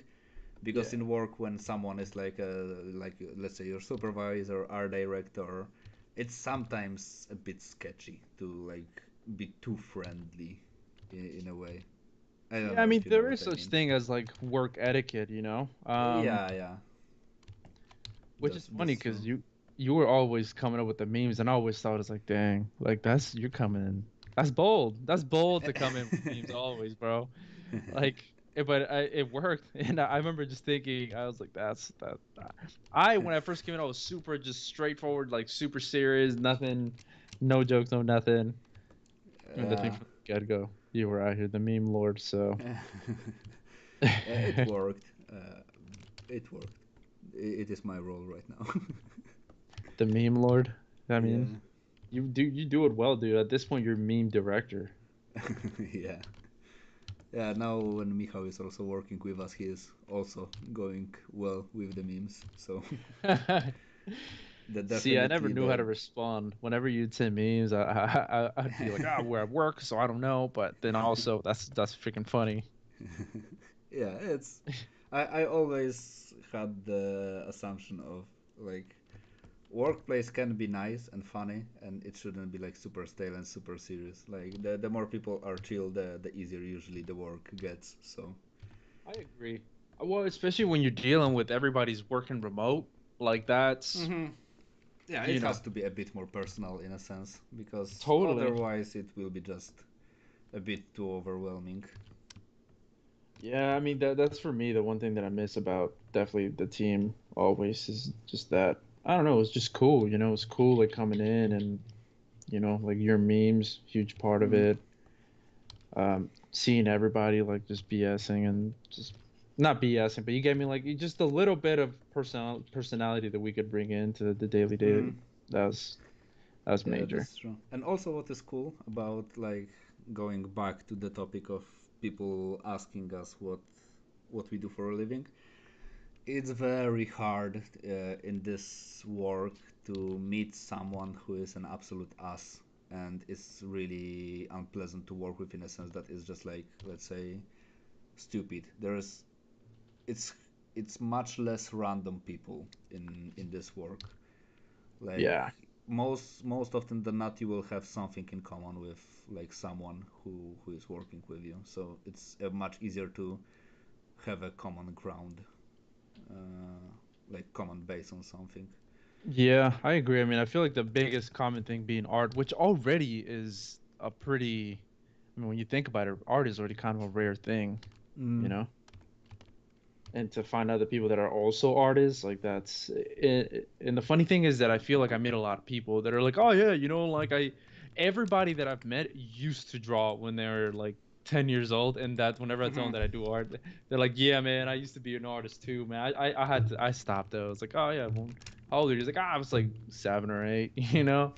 It's like, Yeah. all right, bro. I don't know if that counts, but then to meet someone that's like, yeah, I do it to this day, that is commendable. Yeah, Props. and this is definitely a cool thing about the internet that you can just interact with like anybody because like even stuff like the streams and whatnot, like it is impossible to happen without like the internet. And there are so many cool people to like meet and everything. Yeah, which I definitely, dude. This is fun, man. I was like pretty afraid. Dude, I'm not gonna lie. Like I was already going like, Uh, in my mind because this is the first stream I've ever done. So I was already thinking. You ever had like pre-game conversations kind of thing? Like, oh yeah, that's fucking funny, dude. Like yeah, it's yeah, yeah. yeah. I'm just being Practicing the honest. answers in the shower. Oh, bro, the shampoo bottles. They're my witness. Uh, but this is cool, man. Like I actually uh, really appreciate this and being able to connect and even like just with everybody in the chat too. Like it's yeah. awesome. Yeah, I will definitely try. I don't know. I will try to squeeze four people at the same time, maybe, or three. I don't know how I will divide the screen into three canvases, but That would be sick, bro. yeah, Oh man, it that would be might so happen. cool. Like a freaking like a stream sketch group, man. That would be sick. Yeah. I might ask Naimul because he usually is very like happy to do streams and everything. I would love to meet him Yeah. finally, man. I've All right, because yeah, he like man, he is going to be depressed when he learns how old are you. He is going to be super depressed because yeah, it will be super funny. Oh Well, man. I don't mean to cause depression on anybody. That's Oh rough. yeah. Yeah, I was just thinking about Syed, like one day just like bringing him on one of these.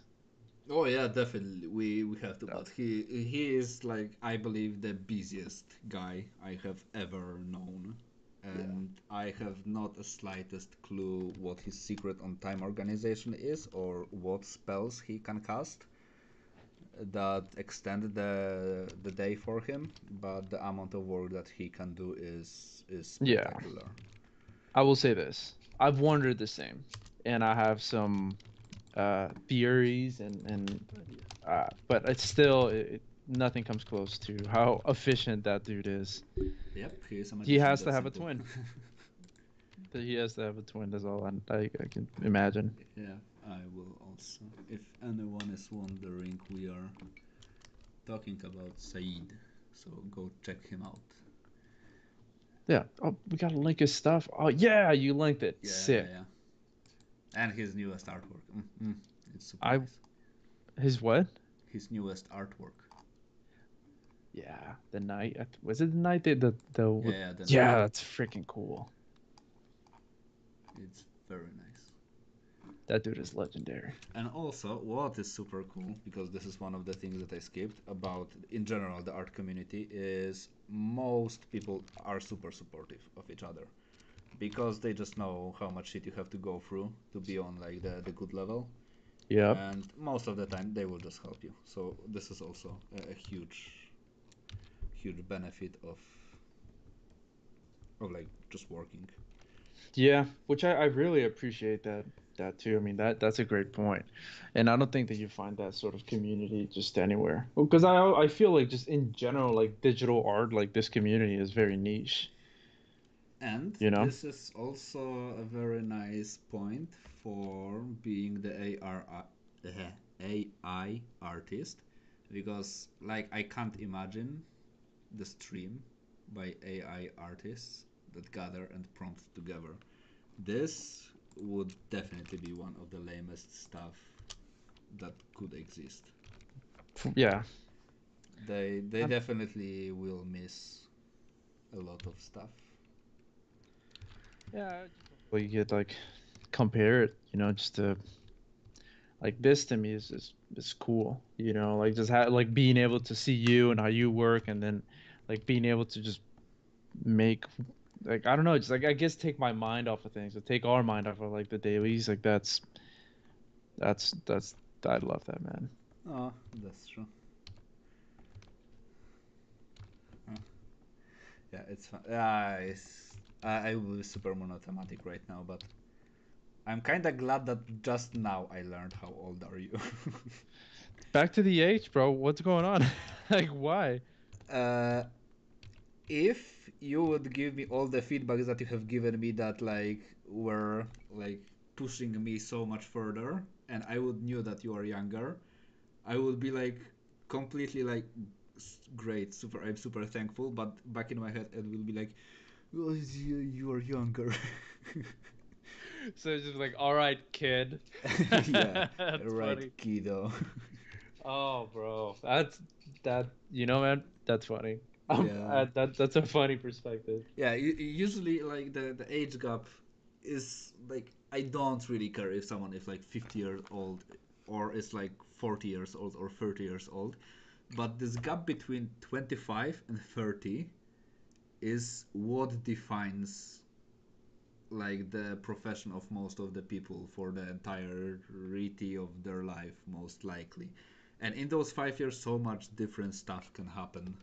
So, like in Wait, this, from the 20s to 30s? from like 25 to 30, I believe in this time span, you will have like the people who are extremely like a prodigy at something, or or maybe not a prodigy if you are super young, I believe.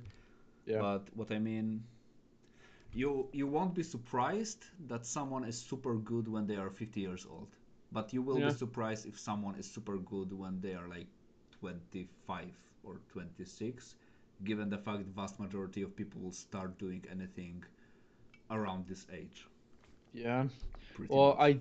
that is I think about that a lot because I also feel like life experience kind of comes into that, right?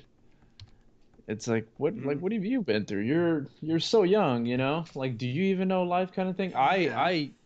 I mean not that I have like maybe in the back of my mind sometimes that goes through like I when I see a really young artist is crushing it, I often think about like, dude, I wonder where you're gonna go because I feel like the 20s are such just transformative years.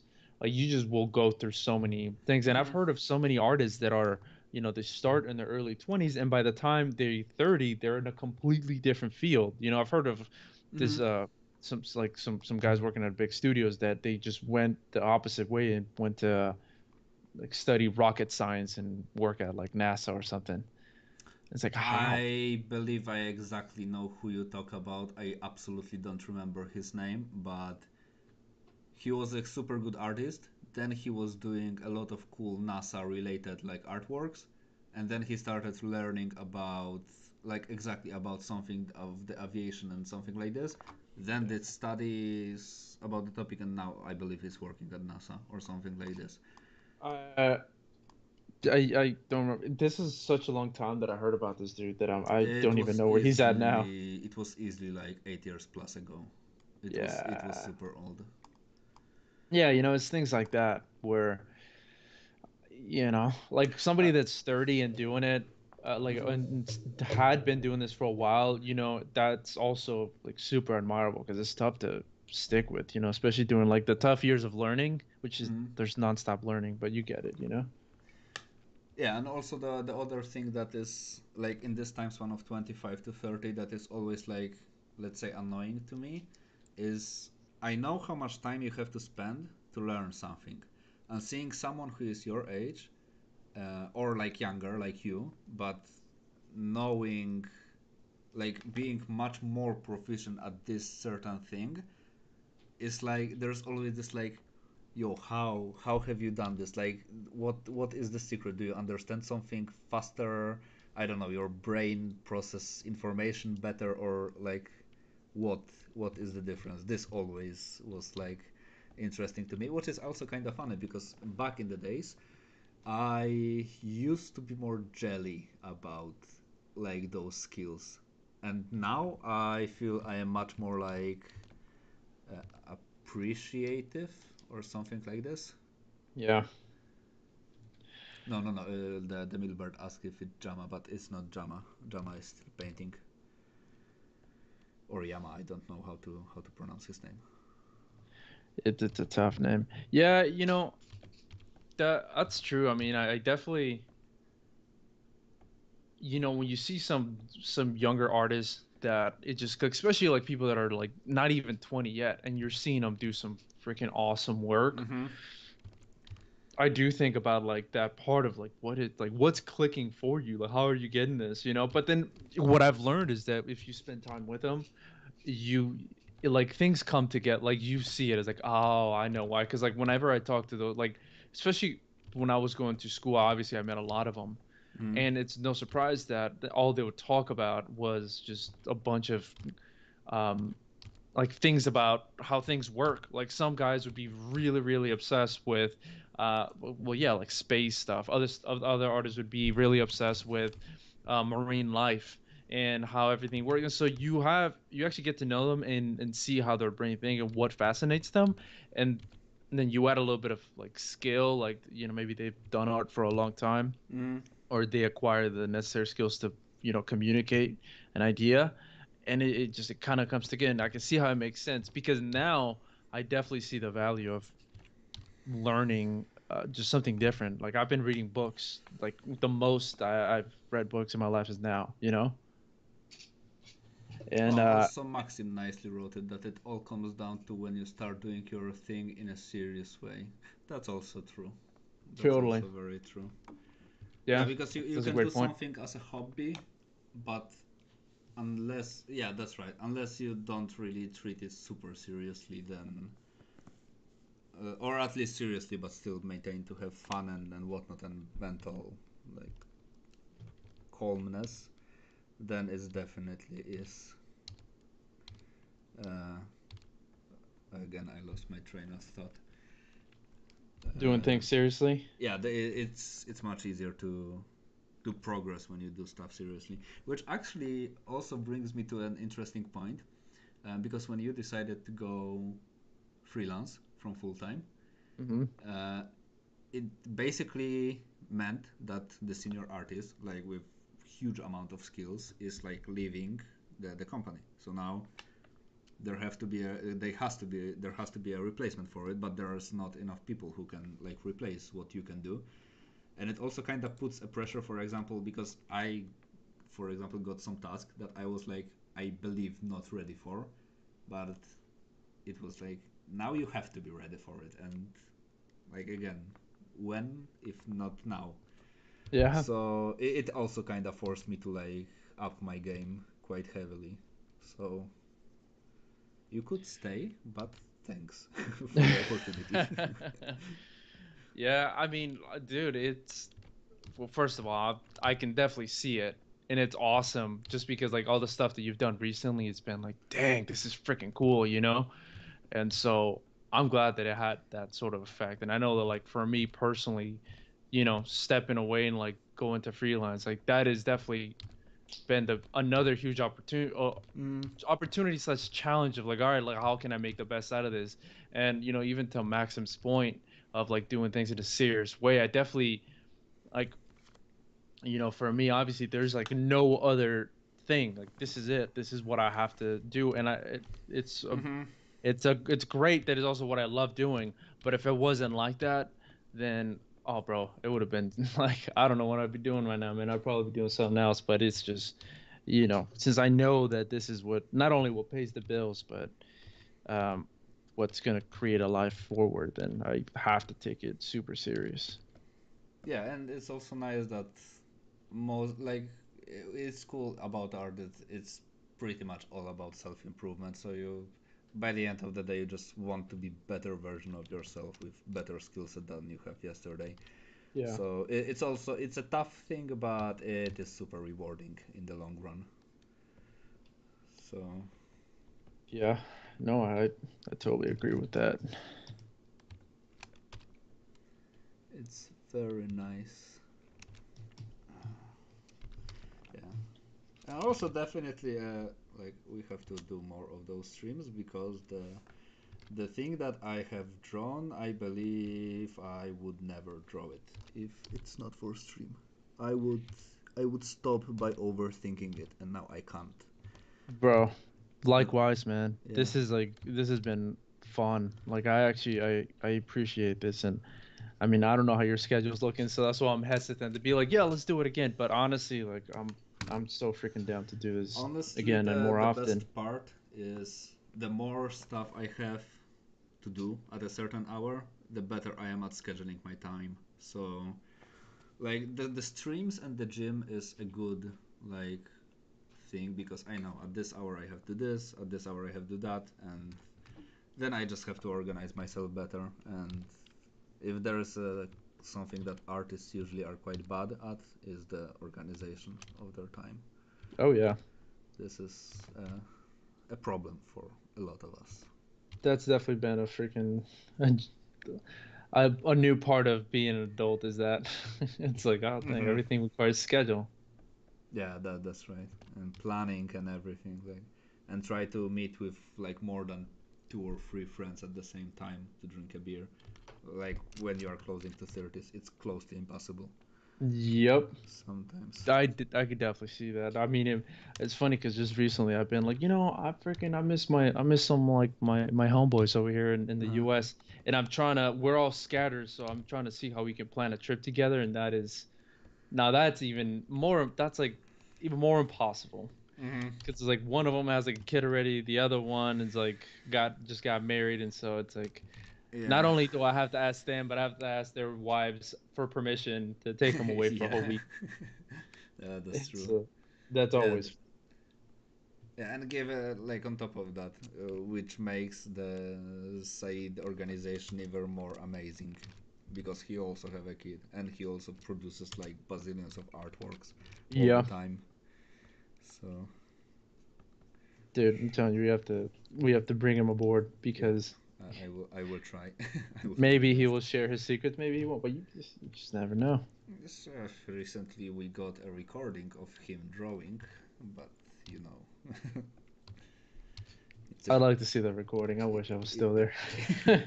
yeah. Now you have to go back. Yeah, I guess now I have to apply again. Yeah. Nice. I guess the artwork that I'm doing, I think it will be stream exclusive. I don't think I will continue it without the stream. What this one that you're working on? Yeah, yeah. I think it should be done on the stream from start to finish. Otherwise, unless there will be some other topic to do, because I otherwise I will feel like I'm cheating. I like that idea. I mean, this is I'm not super married to what I'm doing here, but I it's been nice. Probably next time I'll do something way different Yeah, or not. yeah. I believe we can wrap it up because we are closing to 3 hours right now. Dude, time flies when you're having fun, man. That was Yeah, awesome. that's right. And we That was need to have legit. some more topics for the future. So, if you can show the entire thing on the Yeah. screen, well, I'll also zoom out mine. Nice. Oh, nice. Call of Duty meets Diablo.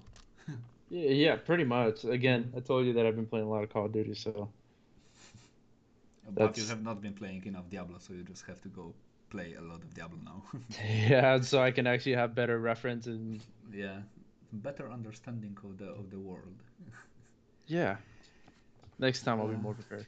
yeah, so thanks for stepping by. Definitely this will happen again many more times, hopefully. And thanks for everyone who tuned in and who was watching and listening and asking questions and whatever. And yeah, to the next time. And I'm ending the stream here. Thank you for having me over, brother. I appreciate you. Yeah, it was a pleasure.